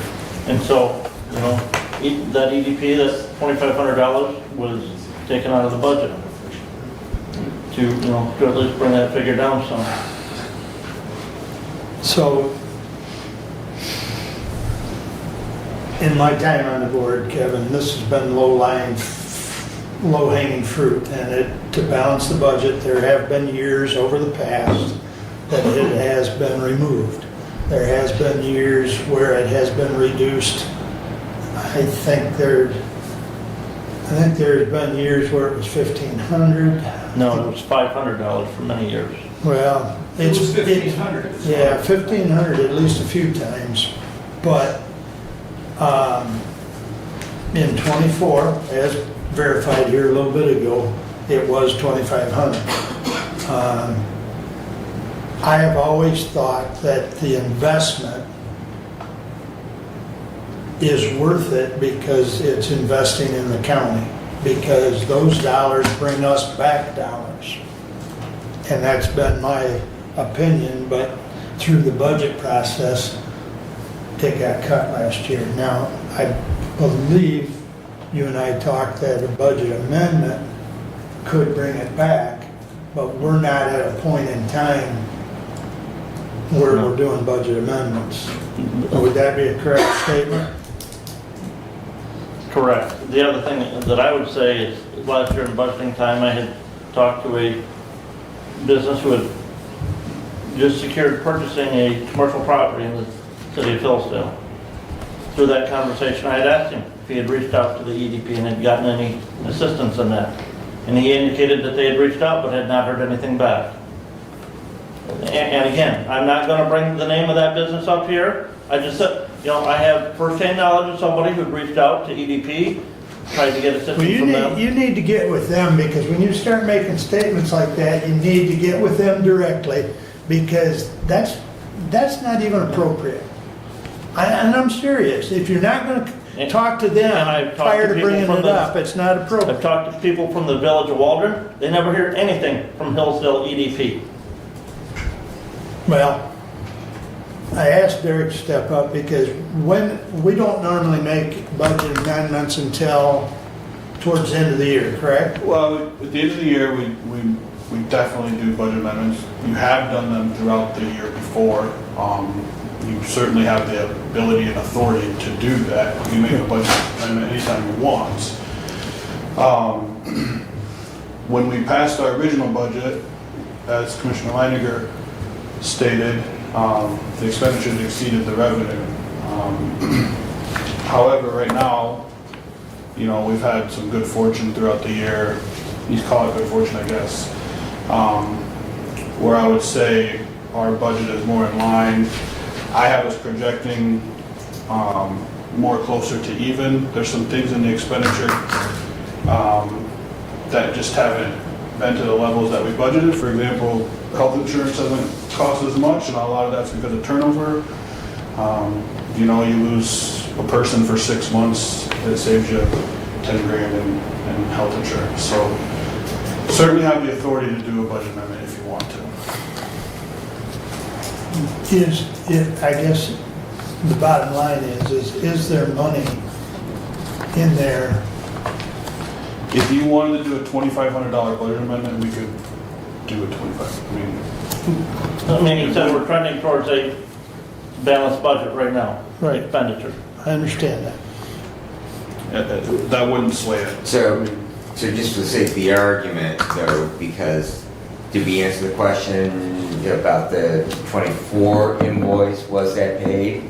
Yes. So it was paid. No, the 24 invoice would have been invoiced in this time of 24. So the 24 invoice was paid. The 25 invoice, which is where we're sitting right now, is due, and we have received the 26 invoice, which we're not talking about at this point. Okay, I just want to be clear that we're not talking about $5,000, we're talking about $2,500. At this moment, we're not talking about okay. 26. Okay. We're trying to Okay. support 25 if possible. I would urge that if you are going to approve spending this, that you also amend the budget so that you don't overspend that line item. And then if you want help with that, I can help with that. Okay. You got that, Doug? Yep. Okay. Are you ready? Whatever you want to do, you got the floor. So Hillsdale County's participation in EDP, Economic Development Partnership, is important for Hillsdale County. I move to approve the 2025, I move to approve payment of the 2025 invoice to be followed with the appropriate budget amendment. I'll support that so we can continue the discussion. And if it needs to be massaged a little bit, I would appreciate the help. Our finance officer is When you say the already, appropriate budget amendment, again, right now, we're trending towards a net zero expenditure over revenue. Understood, So- Commissioner, but we so what also are we gonna assured that the budget, the finance director said that it's a doable So what are we gonna- process. Okay, but if we're trending towards zero on that expenditures compared to revenue, now we're gonna add another $2,500 in expenditure. What do we cut to still end up with a net zero? Well, the finance director has indicated that that this is a possibility to move forward with, and so that's the motion. I believe what he told me. Come on back up there. You might do, sounds like we need a clarification on your comment. Do we have the 2,500 in there to do this? If you want, you can, yes, I believe you can. There's a couple things. One, Stephanie and I, in her office, we noticed some money sitting in the 701s. You know how the auditors have asked us to clean up some of the trust and agency accounts. So there's some PILT money that was owed to the general fund. It was about $6,000 that she just made an entry for, or is working on making an entry for. So you could increase our PILT payment by $6,000 and cover that. I mean, there's a billion ways you can squeeze the 2,500 in if you really want to. The easiest is probably just adjust the revenue for that, that PILT money, which is account number 432. Increase the revenue by the 2,500. Increase the EDP line by 2,500. Okay. Any other comments or questions before we take a vote? Yes, roll call by. I'm not doing a verbal on that one.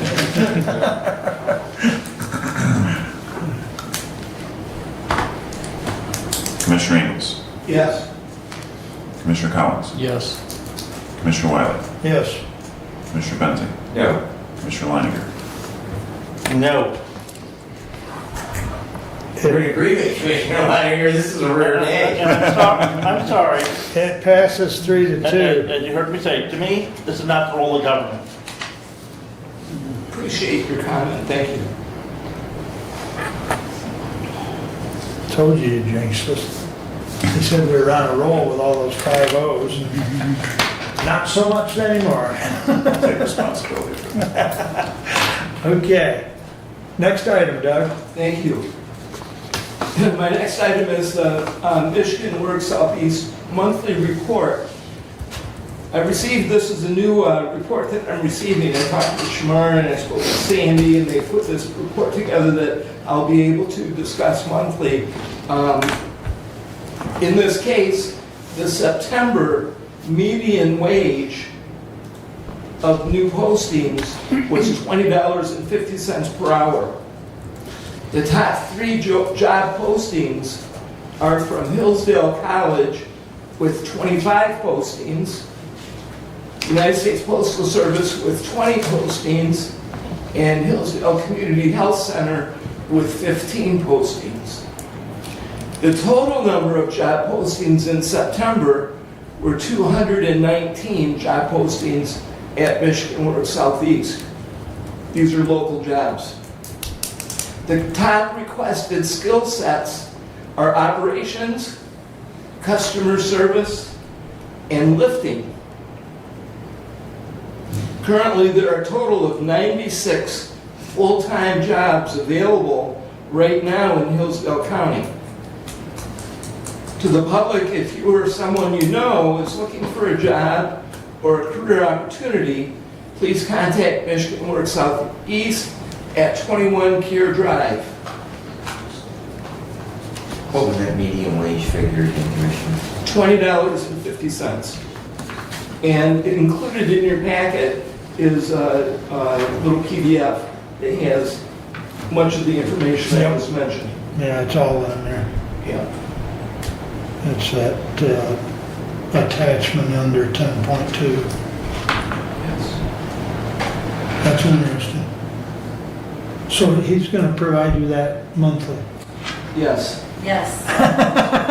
Okay, super. Sandy is. Yes. Sandy is, okay, I'm sorry. So You at said our something about last Shimon. consortium, you know, we talk about how to bring more awareness to some of the benefits in our own backyard. And many things that Michigan Works Southeast accomplishes as a five-county region, we don't discuss and talk much about at home. And so I requested some information that would be able to bring to everyone, bring to commissioners, so that there's a better awareness, and also to bring to our viewers on YouTube and our public that come to our meetings about some of the opportunities that we have here. You know, Michigan Works Southeast is a diamond in our own backyard. We need to talk about it more. And so that's what this annual report monthly will help us do. And if you have any questions or any additional information that you'd like to know, please let me know. They have spreadsheets on it. How many different things? We have a lot. Yeah. So we can customize, we can tweak, we can change the information to fit the kind of questions that you may have. Next, to talk just briefly about materials management, you heard me a minute ago with Representative Burks. I did have a Zoom with Eagle on Thursday or Friday, and Hillsdale County Work Plan has not yet been approved. It is expected in the next 2 weeks. It's recommended that our next county MMPC meeting be held in November, thus canceling the October meeting. And if clerk can take that off the public notice for October, and we will put it on the in November, and I'll get with you on the date for November. Okay.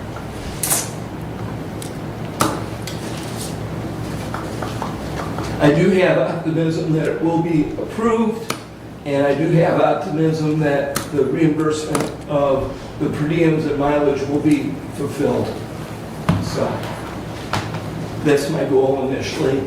I do not, as you heard me say, want to create any costs that will be lingering for our future. I'm trying to keep it so that it's something that applies to what we can do now to further educate and improve our recycling in Hillsdale County. That ultimately is the stated goal of Eagle. From the Road Commission, the pavement markings on fog seal should happen this week or next week. The M99 closure, as we heard from Drain Commissioner Ward, is ahead of schedule, should be complete, fingers crossed, by October 20th. At the Road Commission, the union voted to approve their contract, and on November 1, the Road Commission begins 5 8-hour days.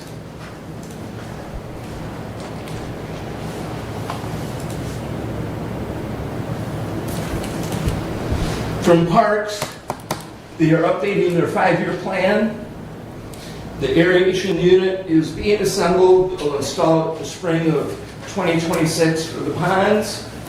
There's one more application of weed control for the ponds, and there will be 2 available for spring of 2026. There have been volunteers from the Sheriff's Department scheduled through November 1st to help out at the parks. And in a positive, the Exchange Club has voted and agreed to donate chairs and tables, which is greatly appreciated in the amount of just over $7,000. So that will be very helpful in the community center, and we thank the Exchange Club. Very nice. And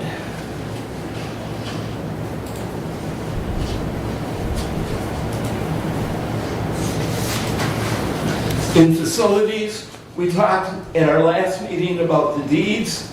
I believe all the commissioners received an email on the work that has been done in gathering up all those deeds. The properties are being reviewed and put in a central file. This should be complete in the next week or so. There are still a couple of parcels that have not been defined yet. I want to thank Deb Metzger on doing this research for this project. And it'll be nice to have all of the deeds in one file so that we know where and what we own in terms of property. I did receive an email this morning with cost estimates for renovating 25 Care Drive into District Court. I will forward that information to commissioners and be discussing the estimates with Director Finley. I do not have any additional information on that yet because I just got it right before this meeting. For the City of Hillsdale is a Toys for Tots designated drop-off site. And for those who do live and are voting in the City of Hillsdale, October 20th is the deadline for requests for absentee ballots for city election for mayor. That completes my update and report, unless there are any questions. Questions or comments for Doug? Commissioner, do you have your copy of this packet? This With the deed, the county property listing? I do have it out with me. Okay. I will say, I noticed a couple of things here, and I'll make the note and give it to you. Thank you. So, Yeah, there's a couple that we have, or have. well, so, there's a couple of things, and Commissioner, there's one here that's identified as Trip Road, that's actually not Trip Road, that's the park on, Bird Lake. Bird Lake Park, yeah. Okay. The other thing is, the ones that you don't have, those are from 1930, the deeds. I've got those, I had marked up the copy that was emailed to me, and I forgot that at my office, but the ones, I mean, it says tower, there's no tower, those are the, Right. I've gone through some that with Cat Cali Park is one. well, Black Lake Park is right, is there's one. 5 that she doesn't have, and again, those, I've got those, Lieber and page numbers written down at my office, so I can, Yes. I've got those. But yeah, so I'll make some notes here and maybe update it with what I've got at the office. Appreciate it. So, Thank you.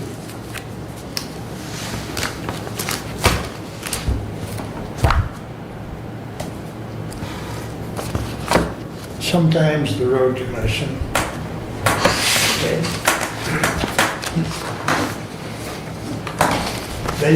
they're not always aware of where the survey quarter section markers are. Unfortunately, I informed them because they're going to replace a tube west of us. And I remember years ago when they dug that up, the project got delayed for a little while because they dug up that marker. And it had to be reset by the county surveyor. So I talked to Kevin the other day, and it's just for your information, Doug, but they need to make sure when they dig up for these tubes, they check with the county surveyor. Because had I not said something to Kevin, they would have commenced to dig, and then they'd have been screwed again because they can't finish the project until that's officially reset. So the surveyor's been out, and he has marked it. So Is that a remonumented one? yes, yes. So it's kind of And you important. spoke with Kevin and Yep. so, okay, so I will follow up with road manager Griffiths. Yeah, I think it's just important when they're putting those tubes in, they need to check with the surveyor because I know he's got a record of where they're all at. And it's disruptive to the project if you've got to wait around for a day or two, you know, to finish it because you didn't take time to get it marked. I mean, they've had this dig out and marked the phone lines and all that other stuff, but survey markers are a whole nother thing. And they're easy enough to get marked. Because he was out, Shelley saw him, but I didn't see him, but he was out the other day and he was there for, I don't know, maybe a half hour and got it, you know, he's got it all marked with a stake or a pin or whatever right there in the road, so. Because it's right in the middle of that intersection pretty much, so. Oh, boy. I think they can work around it, I think, but they'll have to probably move from where the tube was originally. But yeah, it wouldn't hurt to mention it to Bob, so. Okay. Anywho, anything else for Doug? Kevin? The planning commission we had an October 15th public hearing scheduled. We've canceled that and moved it to November 19th at 1 o'clock at our regular meeting because things didn't get in on time and sent to the townships and the cities and to the public utilities and to the railroad. And that is being done right now. You said November 19th? November 19th at our regular meeting at 1 o'clock. We'll just adjourn the meeting and have the public hearing. Okay. And the new sheet for the master plan is on the website right now. If you want it, if you want a hard copy, I got copies here on the desk for you. If you can take if you want to. And that's it for the planning commission. On September 23rd, I attended a meeting with Phoenix Mobility. They received a grant from. They were the RFP that received a grant from the University of Minnesota. That they received the grant from the federal government to look at countywide transportation. And it's a year grant to look at transportation for the county and the need for transportation for the county, and working also with what's already here as far as transportation goes with Dial-A-Ride and Key Opportunities and the Veterans Administration, and seeing what can work for the whole county. And they were given $100,000 to do this thing, and then at the end of it, there's 4 states that got approved for this, and they're all different things. I don't quite understand. They didn't really go into the.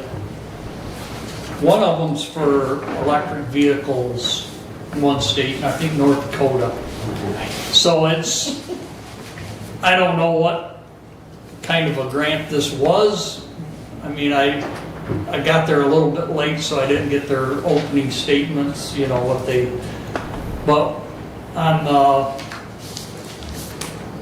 October 29th, me and Mr. Benzing are gonna have a meeting with them, with a couple people, and explain more about what's going on with it.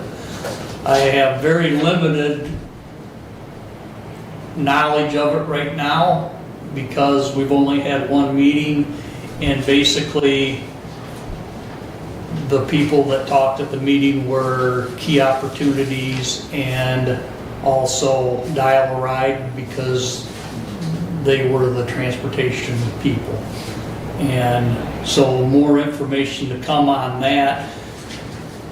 If we do get picked for implementation, there's a $400,000 grant that would come to Hillsdale County for this program, is my understanding from what she told me on the phone the other day. So, more to come. That's all I can say. I don't. And the health department, we did have, they changed the insurance companies. They went to West Michigan Pool, which was considerably cheaper. And also, they've been working on the Hillsdale Board of Health building, Health Department building, and putting the eaves and stuff up. And I have not driven by there yet, but I plan to today on my way home. Yeah, they had the lift out Yeah. last week. one day. And Hillsdale Prevention Works, as you know, Chris Firestone retired, or quit, or whatever, resigned. And right now, we're 2 months in to not having a meeting, and it doesn't appear that we probably will have a meeting until they hire somebody in that position. They sent out a survey for us to do, the board members, because I talked with the lady that's running it, and she didn't even really know we had a board. And so hopefully they get somebody hired and we can start that program back up. And going through the city of Jonesville today, it appears that they have all their paving done. I noticed yesterday morning they were gonna pay 99 going out of town, and that is all completed today when I drove through. And it looks like they have the south side of 99 done through town. They are gonna have a spot down by the fire department and the rail trail where it crosses that they're gonna put in temporary curbing and make sure, MDOT wants to make sure that the road diet is gonna work through town before they do it permanent. And then, I don't know if it'll be in the spring, I imagine in the spring, they will put in permanent gutters if the road diet works out, and then repave that there's a little patch down there that needs paved. And they gotta have something that crosses the rail trail. They're moving the one side of the rail trail so that it lines up more with the other side, I believe. But you gotta have a special crossing now Yes. and be designated so that if somebody's there, and then they'll have Yes. signs where you push the button and traffic will stop and you can go across because the public pedestrians have the right of way. But they're gonna hold off on that until spring and make sure that the road width is gonna work out for everything. And that's all I have, unless there's any questions. Questions or comments for Kevin? Okay, thank you.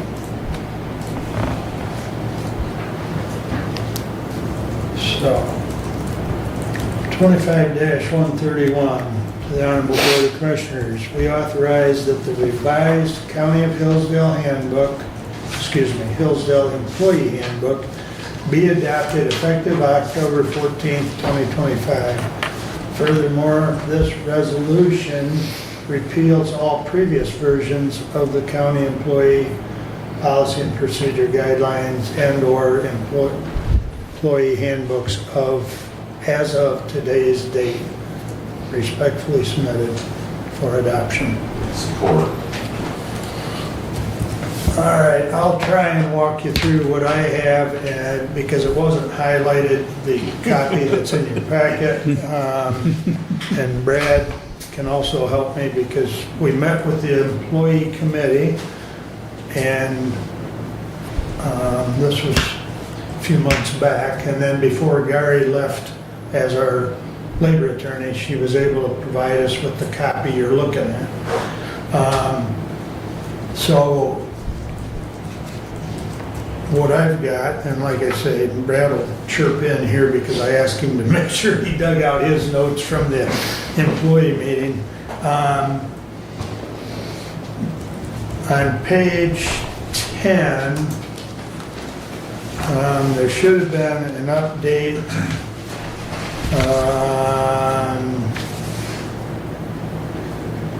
anything dealing with work comp, and that's not matching up. Maybe let's look at, there was some changes that Gary made to work comp, just to keep it current with the law, and I believe some of that is also in Appendix G. The key issue on that, I believe, Commissioner, is that the old handbook, it still referenced the Register of Deeds office. Correct. For submitting that, and for our work comp policy that we've had adopted, that is now going through the finance department office for Right. reporting those work comp injuries. So that was, yes, so that was cleaned up. The other thing I have would be page 14, changing, or the last paragraph changes, changing employees' payroll or personnel information no longer done through the clerk's office, should read finance department and/or ADP program. And I believe, Yes, did Yeah. that, it is. It doesn't say ADP in there, it does say supervisor in the finance department. okay. I didn't verify that one. I was working off my old one here. But, let's see. Page 22, there was a change that should have been made that, let's see, midway through the second paragraph under new hires, it was noted that we were missing the word pay after the rate of. That one I did look at, that did get changed. There are a lot of little grammatical corrections. Correct. Several of these were just grammatical or typos.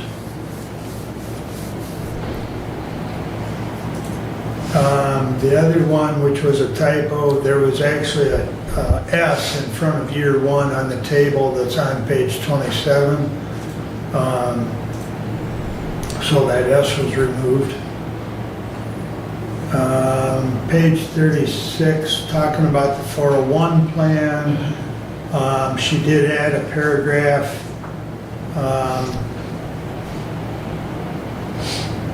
At the very start of that, you'll note in the copy that's in your packet that gives a little more information as to briefly what a 401 is.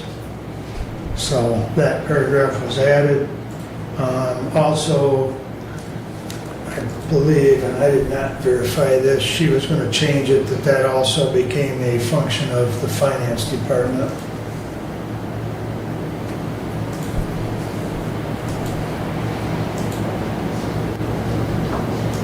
Yeah, details of this plan are available from the finance department underneath the.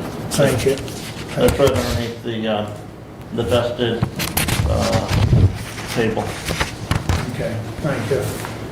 I was trying to verify some of these last night and I didn't get them all.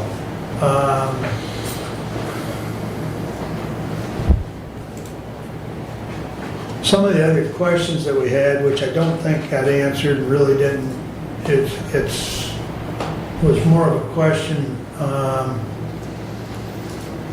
about part-time people and the 401. I don't believe that got addressed, or did it? Has anyone had a chance to look at that, please?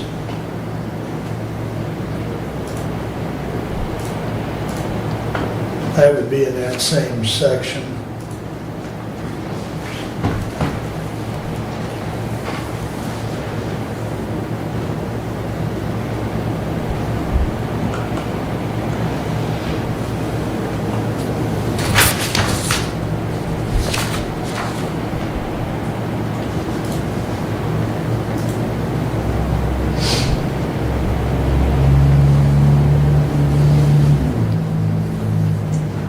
The only concern I have, Mr. Raymond's here, do you remember our 401A, the plan document, do we require all, is that for all employees or seasonal and?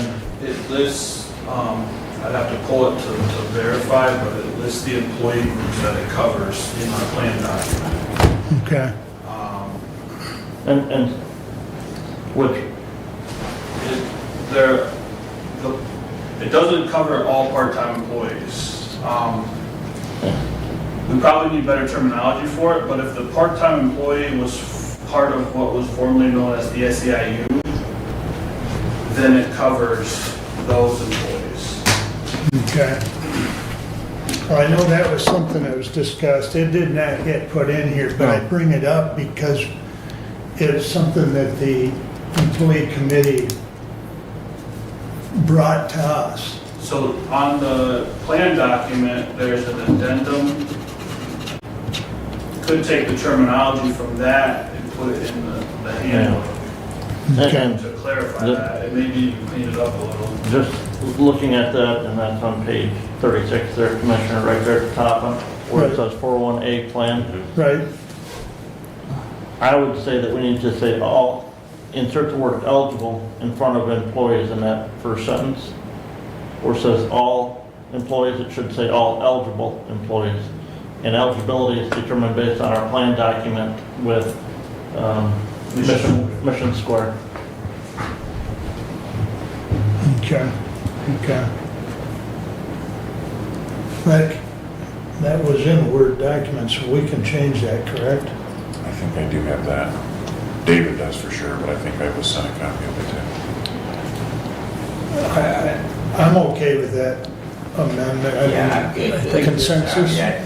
I mean, that addresses the actual detail, so. Mhm. So you have another that, so I can get that done? Page 36. It's on page 36. Yeah, it'd be that first First sentence, sentence. just needs all eligible. The other thing that we may The want to, word eligible needs The to other be thing added that we- in that first sentence. the other thing we may want to insert in there underneath that table, underneath that section, behind details of this plan are available from the finance department, would be also the description of eligible employees can be obtained from the finance department as well. Because there would be the plan documentation that describes that.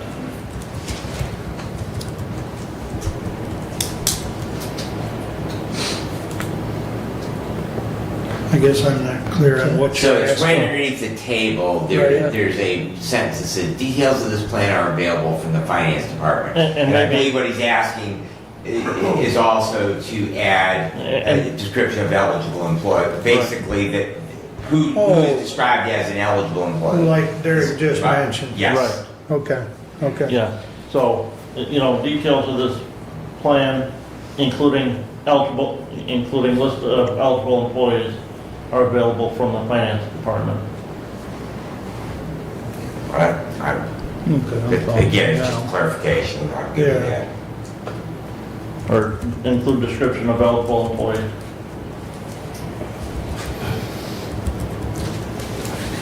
Do we need that to come back to us, or are you okay with what Derek will insert in there? Well, I would say details of this plan, comma, including list of eligible employees, comma, are available from the finance department.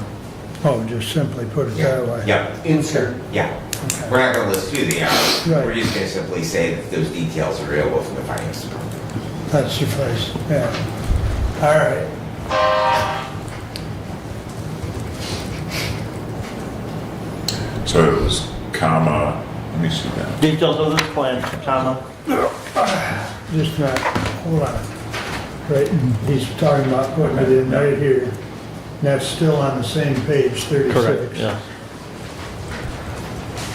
Including a list of eligible employees. Comma, Okay. All right, got it. Okay. All right. I'll just record that in minutes, that it was the consensus of the board to also add to the proposed changes. That's Okay. Is everybody good with that? Okay.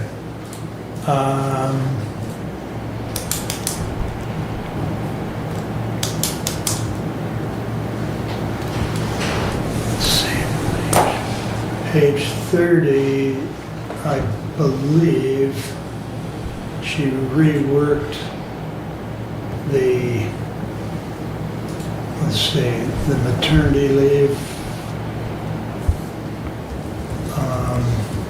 Or at least we discussed it. I think she added some language to update the FMLA section, I believe is what she ended up doing in there. Right.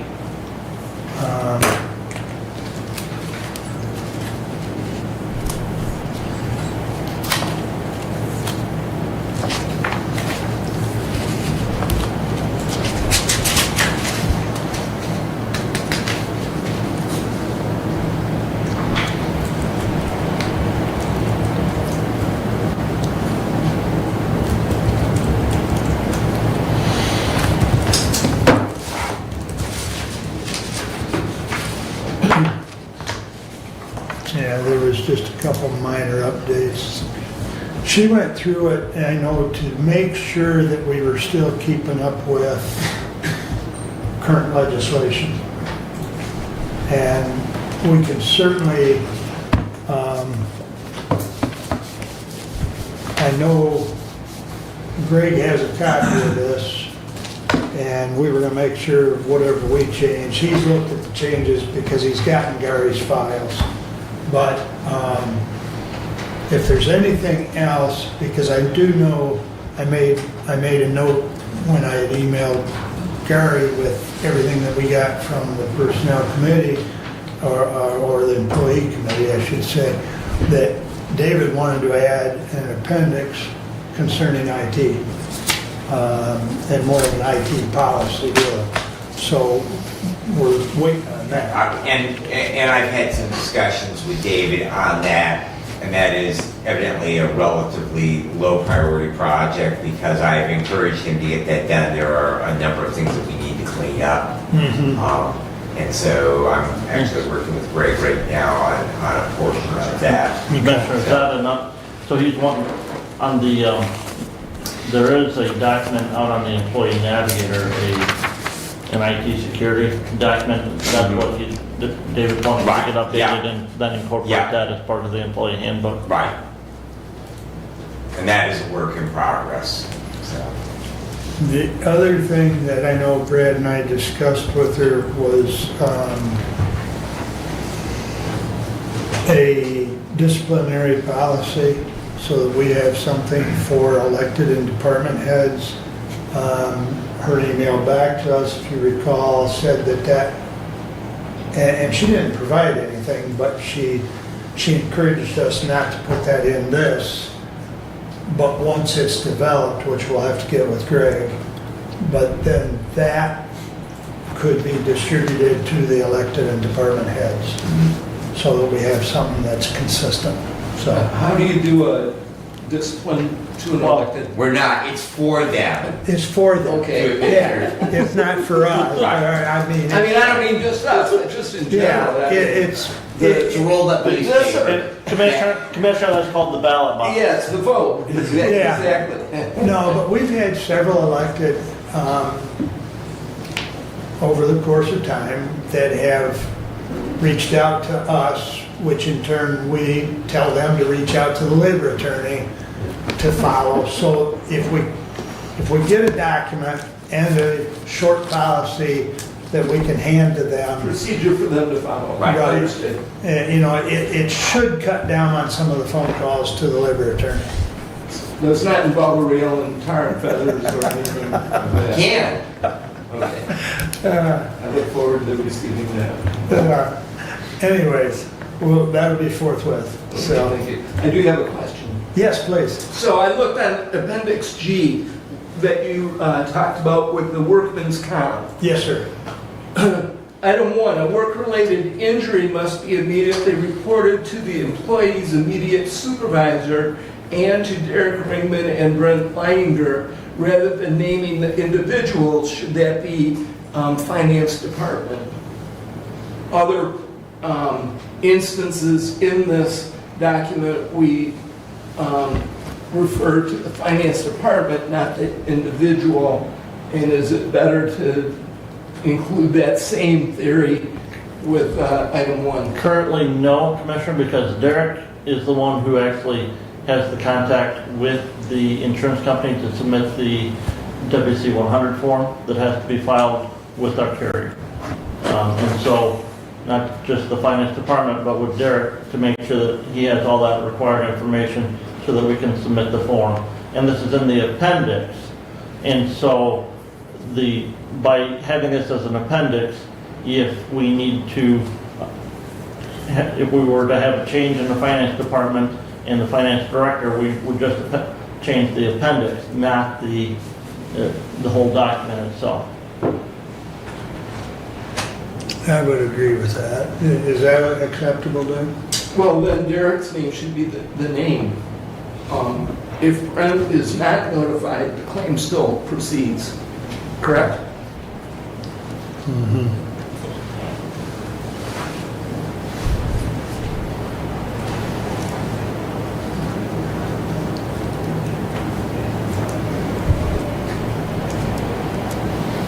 That is the policy what we have there is a policy that was approved. Is that earlier this year, Derek? End of last year? End of last year. Mm-hmm. So that is the current policy for work comp. So if Derek does the contact, Derek's the name, Mm-hmm. is how I see it. Mm-hmm. Mm-hmm. Okay. So delete Brent's name? Again, we have to change policy to do, we have to change another resolution to do that. Okay. Well, it's So, not a motion, it's a discussion. exactly. And again, this is taken right from that other work comp reporting policy that we have adopted. Just want to make sure that it's clear that the claim would still proceed Mm-hmm. if Derek is notified, and for some reason Brent is not. Derek is the contact, Mhm. and the claim proceeds Mhm. without being held up. Correct. It does. Okay.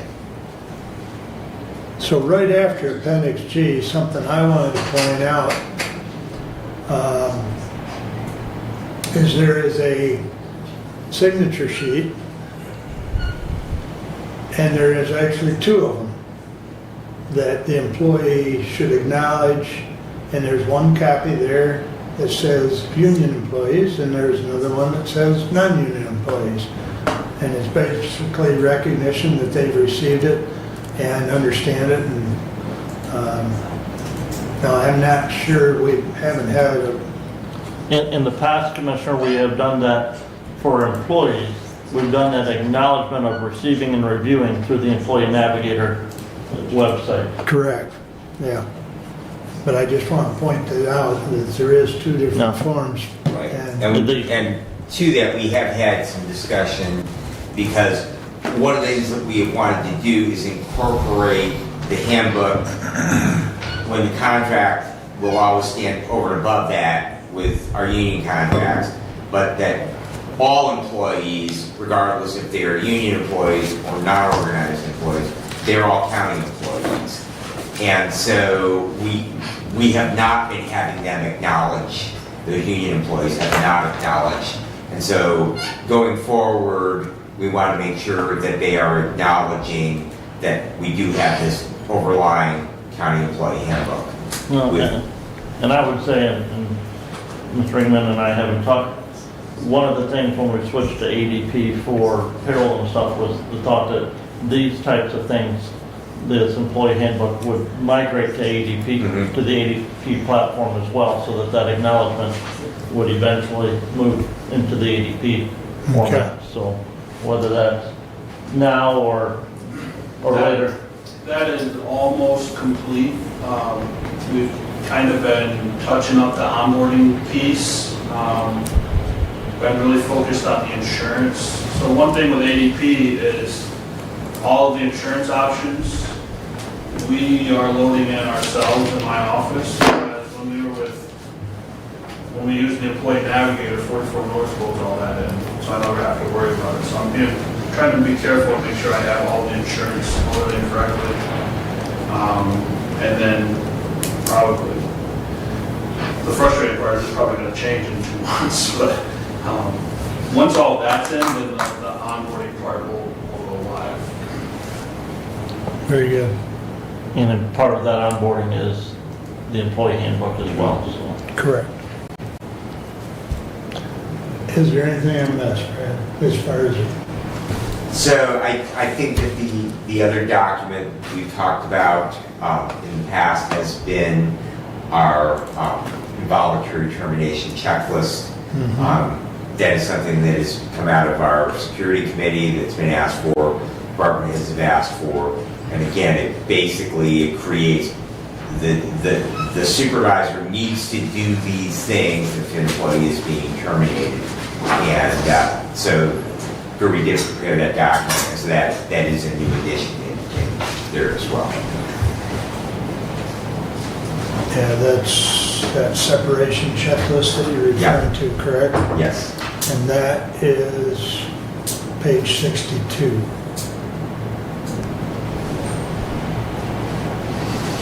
Okay, is there any other comments?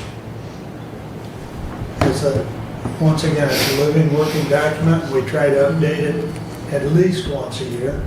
So this is an update. And I guess I would like to take just a second to publicly thank our employees for taking the time away from their jobs to come here and meet with us and bring, because they are just a wealth of information. They live with this thing. You know, we see it a couple times a year and sometimes have to refer to, but they live with it and under it every day that they work here for the county. And so their participation is greatly appreciated, and their input is invaluable. So I'd really like to thank them for that. I agree. And the vast majority of this, I mean, with maybe the exception of one item, was stuff that they brought to us. And some of the typo stuff, I mean, when you read through it, you overlook it. But they didn't. I mean, they brought it forward. So I echo Brad's gratitude. So, anything else? Roll call, please. Commissioner Collins, Yes. Commissioner Wiley, Yes? Commissioner Bentley, Yes. Commissioner Leininger, Yes. Commissioner Ingles. Yes. Thank you. Passes 5-0. Resolution 25-132. To the Honorable Board of Commissioners, whereas each odd-numbered year, the Board of Commissioners shall appoint 2 members to the Board of Canvassers for a term of 4 years, with 1 member from each major political party to be appointed from a list of 3 people submitted to the county clerk by the respective parties. And whereas the lists submitted from the political parties this year are as follows: Republican, Mary Jo Dunlap, Gina Falk, Holly Leininger; Democrat, Linda Fogarty, Jeff Cooley, Carson Cooley. Whereas according to the MCL 168.24C, a ballot was given to the Board of Commissioners and the tally was as follows. And that's got to be conducted yet, gentlemen. Now, therefore be it resolved, the Hillsdale County Board of Commissioners appoint the 5 members to the Board of Canvassers for a term of 4 years, commencing November 1st, 2025, and expiring October 31st, 2029. And those Republican and Democrat name will be entered, respectively submitted for adoption. And I believe, if Abe has told me correctly, you have the ballot and you vote for one candidate. Keep in mind, they were, if I may, Yep, go ahead. they were given in the order that the parties wanted them. Okay. Oh, Do we, before we go any further, do we have a support on the resolution? support. Support, thank you. And a reminder, Commissioner, that because we cannot vote by secret ballot, that on your ballot, you must indicate your name at the top of that ballot in addition to your selection of the individual. Correct. yeah, name on each piece, please.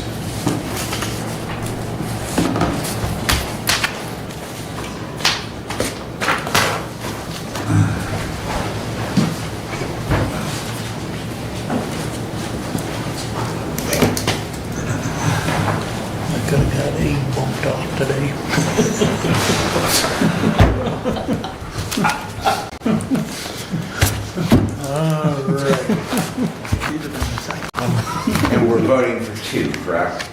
for one Republican, one Democrat. One Republican, one Democrat. Yeah, Okay. one of each. All right. I wouldn't want to spoil my ballot. Dave probably brought some extras.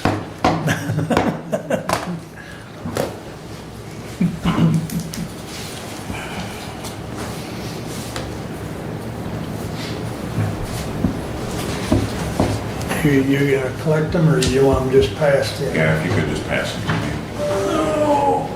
Thank you. All right, so I will read these. You already did those? I've got everybody's, yeah. Okay, you got everybody's, okay, great.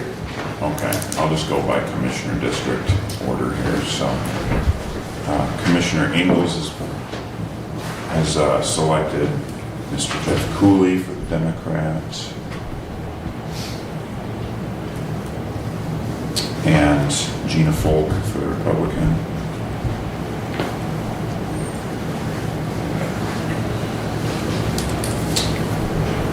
Commissioner Collins has selected Mary Jo Dunlap for the Republican. And Linda Fogarty for the Democrats.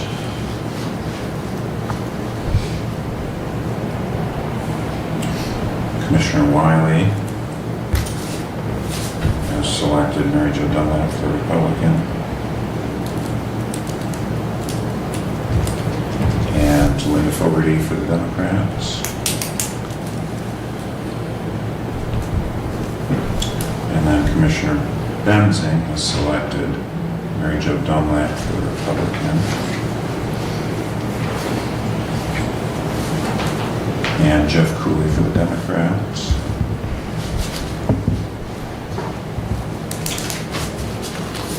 And then Commissioner Leininger has selected Linda Fogarty for the Democrat. And Mary Jo Dunlap for the Republican. So I come up with 4 for the Republican side. There's 4 votes for Mary Jo Dunlap, 1 for Gina Folk. And on the Democrat side, there are 3 votes for Linda Fogarty and 2 for Jeff Cooley. So the resolution will get filled in accordingly, so on that bottom line, we will be appointing to a 4-year term Mary Jo Dunlap as the Republican and Linda Fogarty as the Democrat. Everyone understand that? Okay. Any further discussion? Roll call, please. Commissioner Wiley, Yes. Commissioner Benson, Yes. Commissioner Leininger, Yes. Commissioner Ingalls, Yes. Commissioner Collins. Yes. Passes 5-0, thank you. Continuing on, resolution, oh my gosh. I don't know if you need to read it all if you don't want to. I move we dispense with the reading of the resolution. Thank you. Was that a support for the resolution as well? Thank you.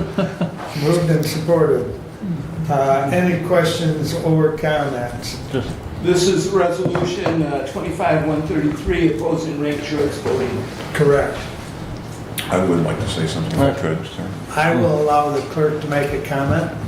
So I asked the chair to be able to put this on the agenda, and I simply just want to state that the County Clerks Association, both Republicans and Democrats involved in election administration, opposed this. In fact, the Clerks Association had a meeting via Zoom this morning, and they passed it with a resolution similar to this one, not exactly, but I would like the board to approve it and just make the statement that you oppose this, because that's all it is. It's not obviously changing any policy or anything. It's just making a public statement against it. But even if, for whatever reason, you guys might not adopt it, I want the public to know that as the clerk in Hillsdale County, I oppose ranked choice voting for the reasons listed in the resolution. So. procedure. Comments? Right. First of all, so question for the clerk, if I might. This is a ballot initiative, Mr. Clerk, and those petition signatures have not yet been submitted. Right there, that would be submitted to the state. But it is a ballot initiative, correct? Yes. So in other words, it is not an action, a bill that's being brought to the legislature. It is a piece of citizen-initiated legislation, and those signatures have not yet been submitted. Correct. And were they to be submitted, I would assume that it would be for either the August or the November ballot of 2026. It would have to be the November ballot. Okay. I think so, yeah, State- that'd be correct. State propositions Okay. are required to be on the Okay. November, Okay. the general election ballot. So with that said, so I will be voting opposed to this resolution. Not that I am not opposed to ranked choice voting. So, but what I am not opposed to necessarily is the process of citizen-initiated legislation. We get lousy legislation from it, but it is part of, the right of the people to petition their government.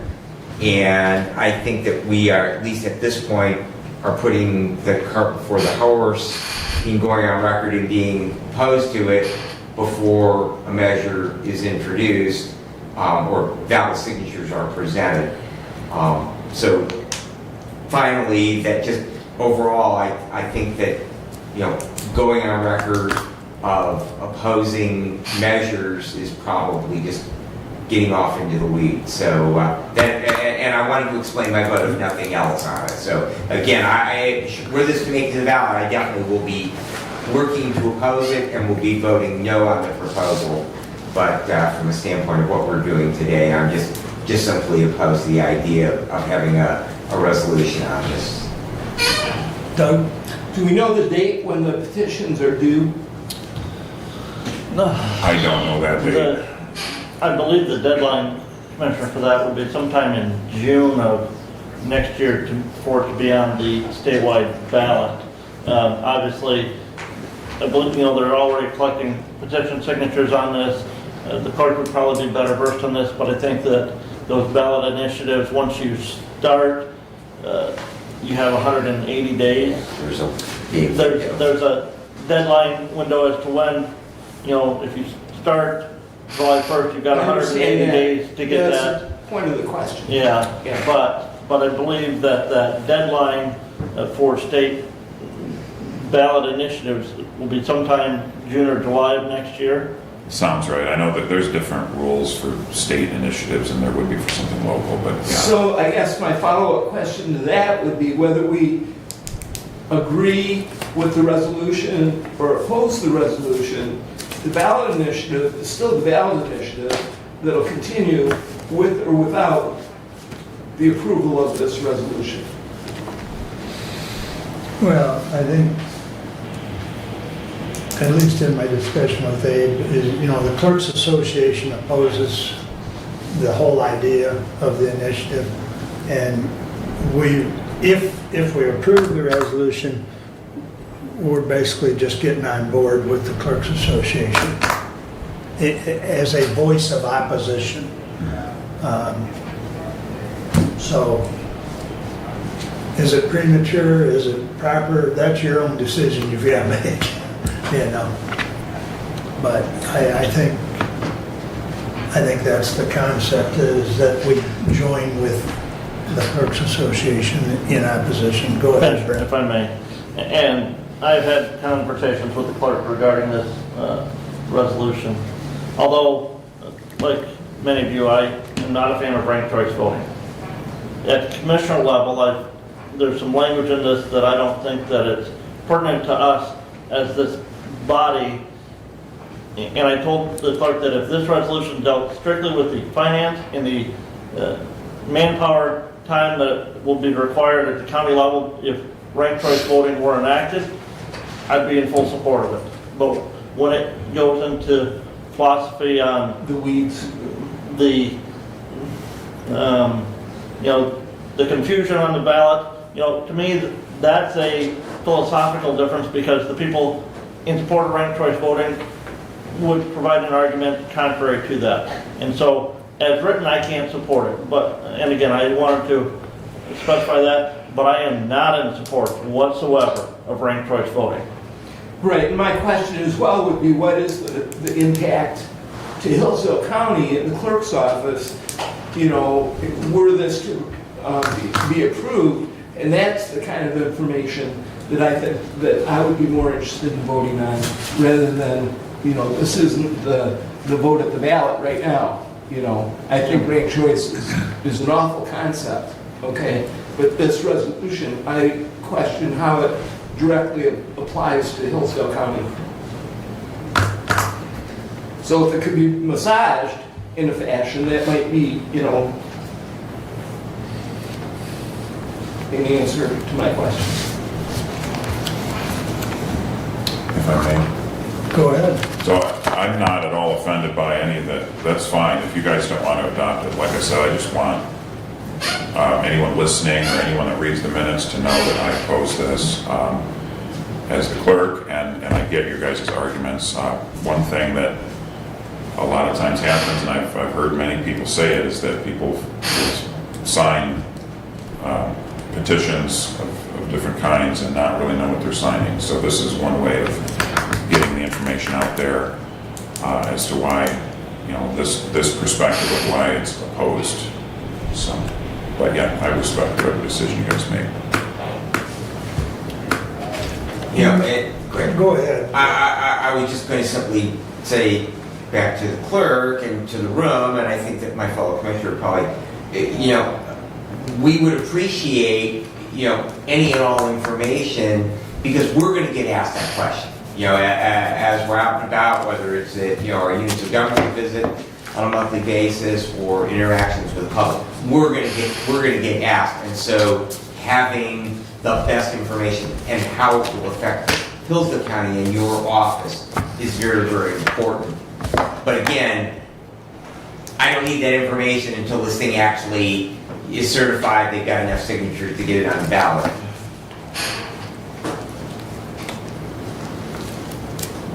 You mentioned massaging it. Do you want to get with Abe and massage it, or do you? No, I don't. Yeah, I don't really want to massage it. Yeah. I think it stands as it is. Okay. As Mr. Benson says, you know, when it comes in front of us, then we need the information so that we can, you know, express what the impact is here.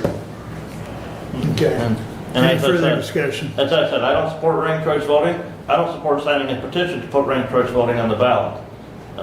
But Well, I think Abe said it very well. This is an opportunity for our listeners, if you will, to hear this discussion, that ranked choice voting is a bad idea, and don't sign a petition without understanding what you're signing. So, are we ready to vote, gentlemen? Can I ask who seconded that? I didn't catch it. I believe Brent did. Okay. Thanks. All right. All right, go ahead and roll call. Commissioner Benson. No. Commissioner Leininger. no, Commissioner Ingles. No. Commissioner Collins. No. Commissioner Wiley. Yes. Bravo! Hey, we had to do a 4-1 sometime today. I've already been on Amazon and ordered Brent's libertarian pin for his comments today. All right.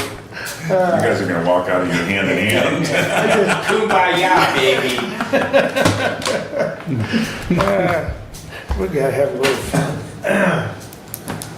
Excuse me. Thank you. All right. By the way, that failed 4-1. Okay. Resolution 25-134 to the Honorable Board of Commissioners. We authorize the Hillsdale County Board of Commissioners to appoint Ray Taylor as the new Hillsdale County Building Inspector / Plan Reviewer / Building Official. This appointment shall be effective October 18th, 2025, and he is to be paid at grade 12, step 1, and is also entitled to all benefits. Respectfully submitted for adoption. support. Moved and supported by Brent. I will point out there is a letter of retirement from Martin Taylor in your packet, and that date is effective October 17th. The job posting for the inspectors in your packet, as well as the applicant resume, which that posting was for a month and a half.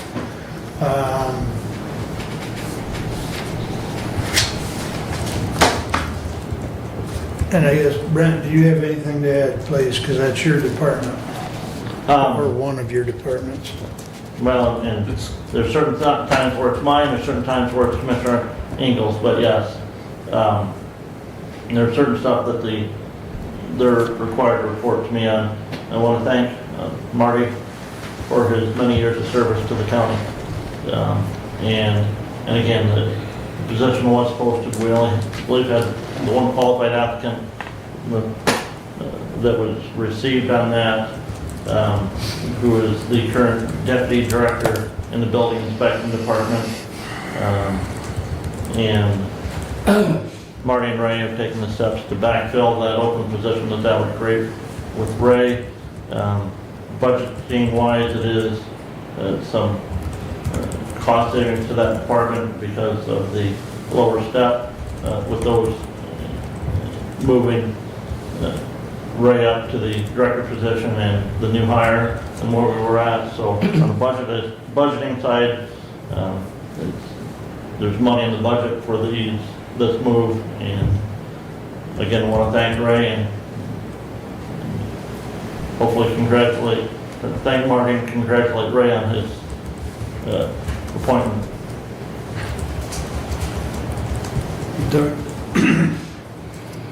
When I'm reading the building inspector, plan reviewer, building official posting, you mentioned a month and a half. I'm seeing that the posting was August 13th of 2025, and that the applications were due August 19, 2025. Am I misreading this? I'm seeing a 6-day window.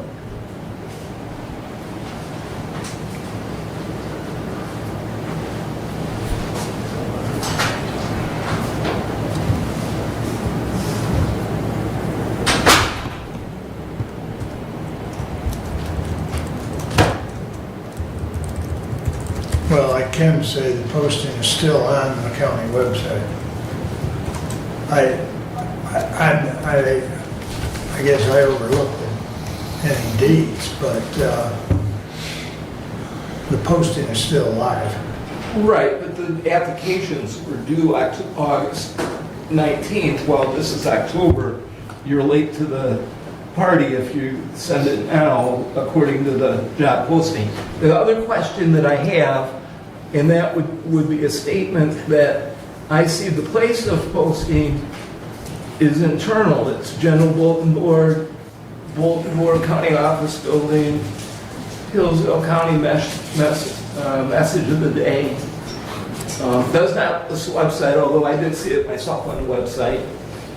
It concerns me that it seems to be a local posting, not something that may outreach other individuals from other areas. And I wonder if that sounds normal for such an important department head position. We are only looking internally, essentially, according to this list, as opposed to outreaching better candidates, which, because of the way the posting is presented, to me, would lead it to only one applicant, and that gives me huge concern when I'm looking at a department head position.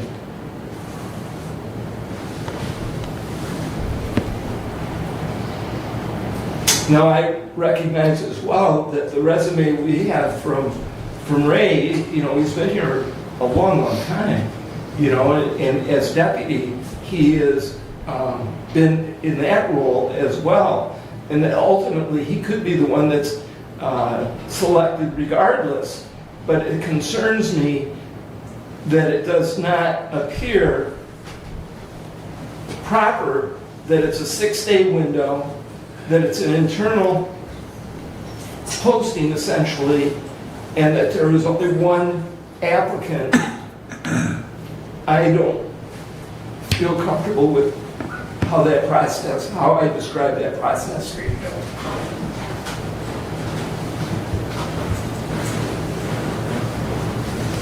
Do another further comments? Brad? So this has been a topic of discussion with the management personnel. I shared with you, because it wasn't in the packet, a letter that Mark and I received as management personnel committee that's moving to address back on August the 8th, with Marty's intention to retire and his recommendation of promoting Ray Taylor to the position of chief building official.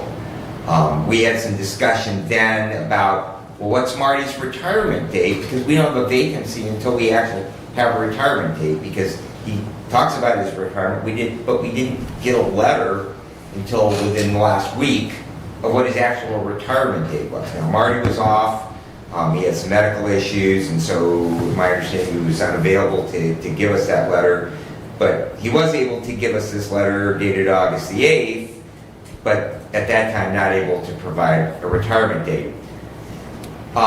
So I have some concerns about that. Mark and I had some discussion about posting the position, about bringing the full board of commissioners, how we conduct the search for department heads, because the department heads are appointed by the whole board of commissioners, and yet we have a department head, an outgoing department head, basically making the decision and forwarding on to the board of commissioners that we hire an individual. I think particularly we need to, not that it occurs, but I think we need to be particularly attentive here because of the claim out there, or the perception in the public's eye of nepotism. I think that we need to go above and beyond in this case. We should always be transparent with the public, but whenever there exists a potential that something might be taken wrong, something might be looked at kind of without the corner of the eye, we need to go above and beyond. And it seems to me that what happened here, with the way that this is being brought to us today for a decision, is contrary to how we hired our new 911 director. We had an assistant director at 911 that I think probably the previous director probably would have done the same thing for, and made that recommendation. But instead, that position came here to the board. We posted that on a number of statewide sites. We conducted a search. We had a pool of applicants. Right now we got a pool of one, and I don't know if that pool of one is really a pool of one or there's more than that. But I would concur with Commissioner Ingalls that just merely posting this on our county website and on our county bulletin board is not the same policy that we have had with other department heads. And I would then question what's going to happen and how will our other department heads, we have several who probably are pretty close to retirement, facilities, information technology. And Derek, you can't ever retire. But we do have other appointed department heads, and how are we going to conduct the search for those in the future if we do what is being, at least apparently being done here today, that the department head is picking his successor and making a recommendation and circumventing what we have done previously. So I don't have a thing against Ray. I mean, I've talked to a bunch of contractors out there. They all think the world of him. They think the world of our building inspection department, and I do too. They do a great job, and they're efficient. I don't ever hear complaints of waits for inspections, and so I don't see anything wrong with the department, and I don't see anything wrong with Ray. But I do see something wrong with the way that this is being brought to us today. And I would like to see us publish this, maybe with Michigan Works, maybe the State Construction Association, and any place else that we might be able to get this out. And if we only still have one applicant, after we do that, then I think we've done our due diligence in what we owe to the public as far as filling this very, very important position in county government. If I may, Commissioner. Please. Regarding Commissioner Engel's comments regarding the length of time and where it was posted, if you would look at page 22 of the employee handbook that we just approved. Job openings shall be posted for a period of at least 5 working days on the county message of the day and the county public website. And I think your key phrase there is at least, and I understand that. However, I think for the position we're talking about as a department head, at least, we need to do better than at least. I think Brent's point is that policy was followed, I hear that. you know. I still have my concern, as I stated, so. And I guess I would say that until this board has accepted a resignation and made the decision collectively, because it's not management personnel, it's not the chairperson of the board of commissioners that hires a department head, it is these 5 people who sit in these seats. And that's my concern. We're doing something different than we have done for at least the last 2 department heads that we have hired.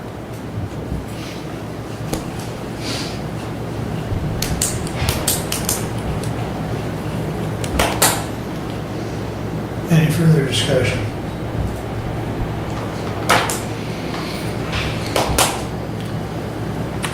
There is a resolution on the floor.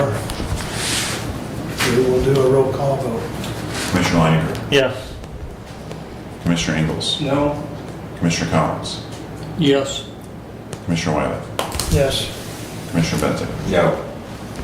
Passes 3-2.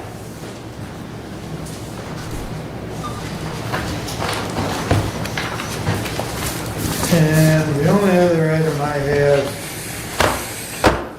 for general information, and I know Brad and I talked about this one as far as Reading Township and REU and Montgomery MFR. First of all, fire department and MFR are kind of separate but kind of together. Not a Montgomery. They're all one. Well, what I'm saying is the MFR agreement with Reading Township is separate from what they're doing with the Reading Fire Department. The Reading Fire Department and Montgomery Fire Department are working together hand in hand. They signed an agreement 3-4 weeks ago. And when they get toned out, it's a dual tone. And from what I heard last night, that is going great. Everybody's working together. And, you know, it's really performing well. And they work as a cohesive unit. So if Montgomery's on site and there is the need for an MFR, then they're right there. But there is no agreement with the township as a whole. And so that's going to get worked on. Because it's a set fee for the whole year and you buy that service. And so Reading Township's going to enter into an agreement with Montgomery. And that'll be at next meeting, because they've already got all the documents together. So I thought it was a really good discussion last night. Montgomery was there. And, you know, so that corner is going to get better service, or that area going forward. So just for information. Thank you. Appreciate the update. Yep. I thought it was a really good discussion. Tom, you have a comment, please. Just want to remind the board, we have a 90-day window to get that up and going. So even though that document may be signed, it may not take effect for up to 90 days. You are correct. So Thank you. Ann did mention that the process of getting everything, yes, thank you. All right, that's all I've got in it, unless anybody's got a question of me. And then we need a motion to go into closed before session. we do that, can you take a short break? Well, right, I would move that we go to closed session at 12:05. Okay. It's 5 minutes, 12:05 is 5 minutes from now. So we'll take According a to- break for 5 minutes, anyone that wants to come back for public Commissioner. comment or additional business is welcome to come back, but we need to take this about probably a 15 or 20-minute closed session. Before we go though, We need to, according to MCL 15.2681C for collective bargaining Right. negotiations. We'll make that motion as soon as we come back in after our short break. Because you can't take the break.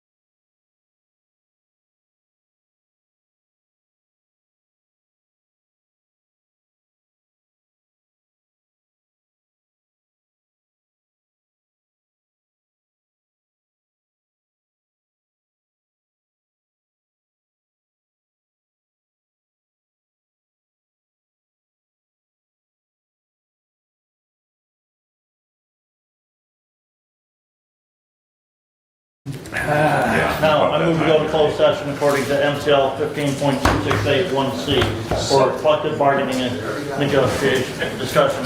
Support. This cannot be on Zoom either, or I mean, YouTube. The Yeah. closed session cannot, no. And I would ask, as part of the discussion, Yeah. that Finance Director Ringman, Sheriff Hodshire, and 911 Director and Assistant Directors be allowed to remain in Yes. closed session. Still support.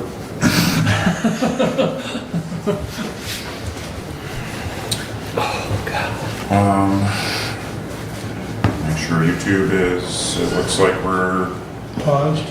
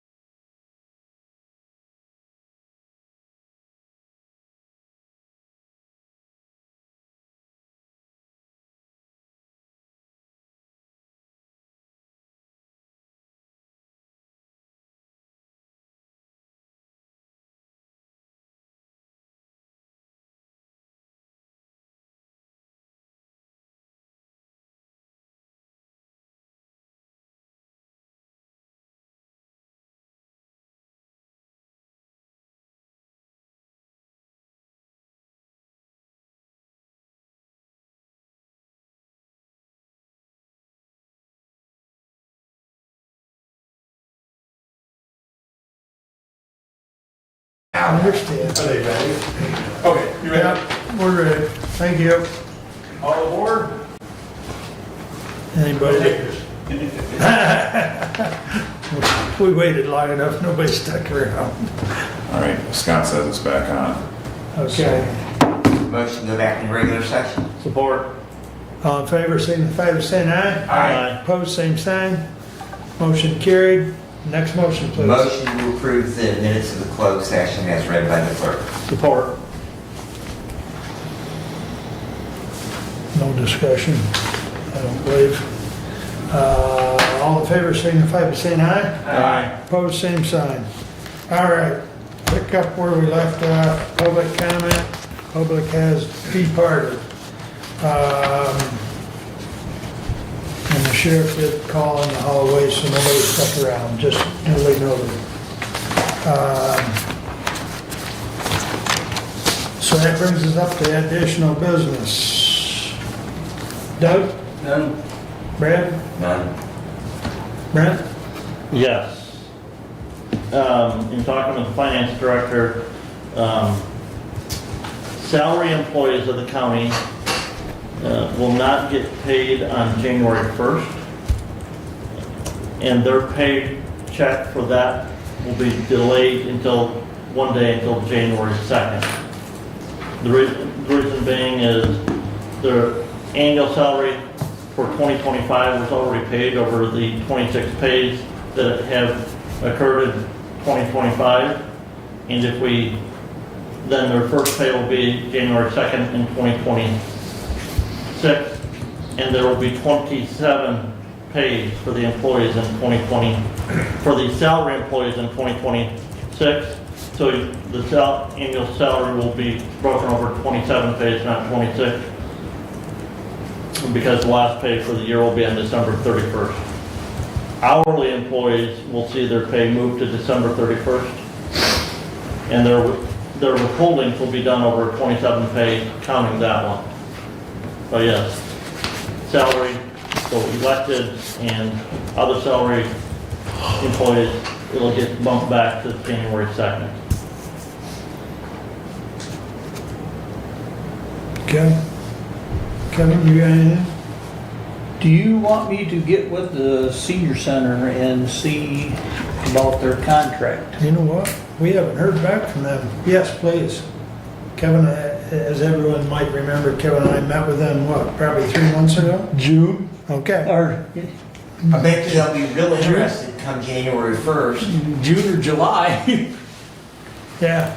And Yeah, please find out, because I know, well, the contract that we collectively scratched on, they were gonna get with their attorney, and then they were gonna get back with us, and yeah, please do. okay. Thank you. Anything else? And no, I guess not. Okay. Nope. Okay. I have one item, Lifeways meeting tomorrow evening, scheduled for here in Hillsdale, canceled due to lack of quorum. I reached out to Cassie, who will be taking over when Mary Beth retires, and I asked her to look back at the last 3 years because I am extremely frustrated with the number of cancellations here in Hillsdale. And lack of quorum tells me that people from the Jackson side of that board just don't want to drive down here, and that is horse hockey. So Cassie and I are looking at that because she agreed with me. And she even added one more thing that we haven't done, is that committee meetings, at least on a quarterly basis, be held in Hillsdale instead of Jackson. You know, so that the public has the ability to attend committee meetings as well. So, I appreciate your efforts on that behalf, Commissioner, because I have noticed that in my attendance here that it is very poor from the Jackson contingent. correct. So anyways, that's all I have unless there's anything else. I do have a question. Have they started pushing dirt yet for their facility? It was supposed to start late last week, but I haven't drove out there, so I don't know. I live out there. Yeah, no? No dirt. Okay. Yeah, I drove out by there yesterday and Okay. there was no activity. I know I know Parrish Excavating is working with the contractor, and that was the last update I had from Mary Beth. But I was under the understanding dirt was supposed to start moving, you know, but, okay. You had something else, Brent, or no? No, just the same question as I wondering where they were at with that, so. Okay. All right. We stand adjourned. Thank you. I need some signatures.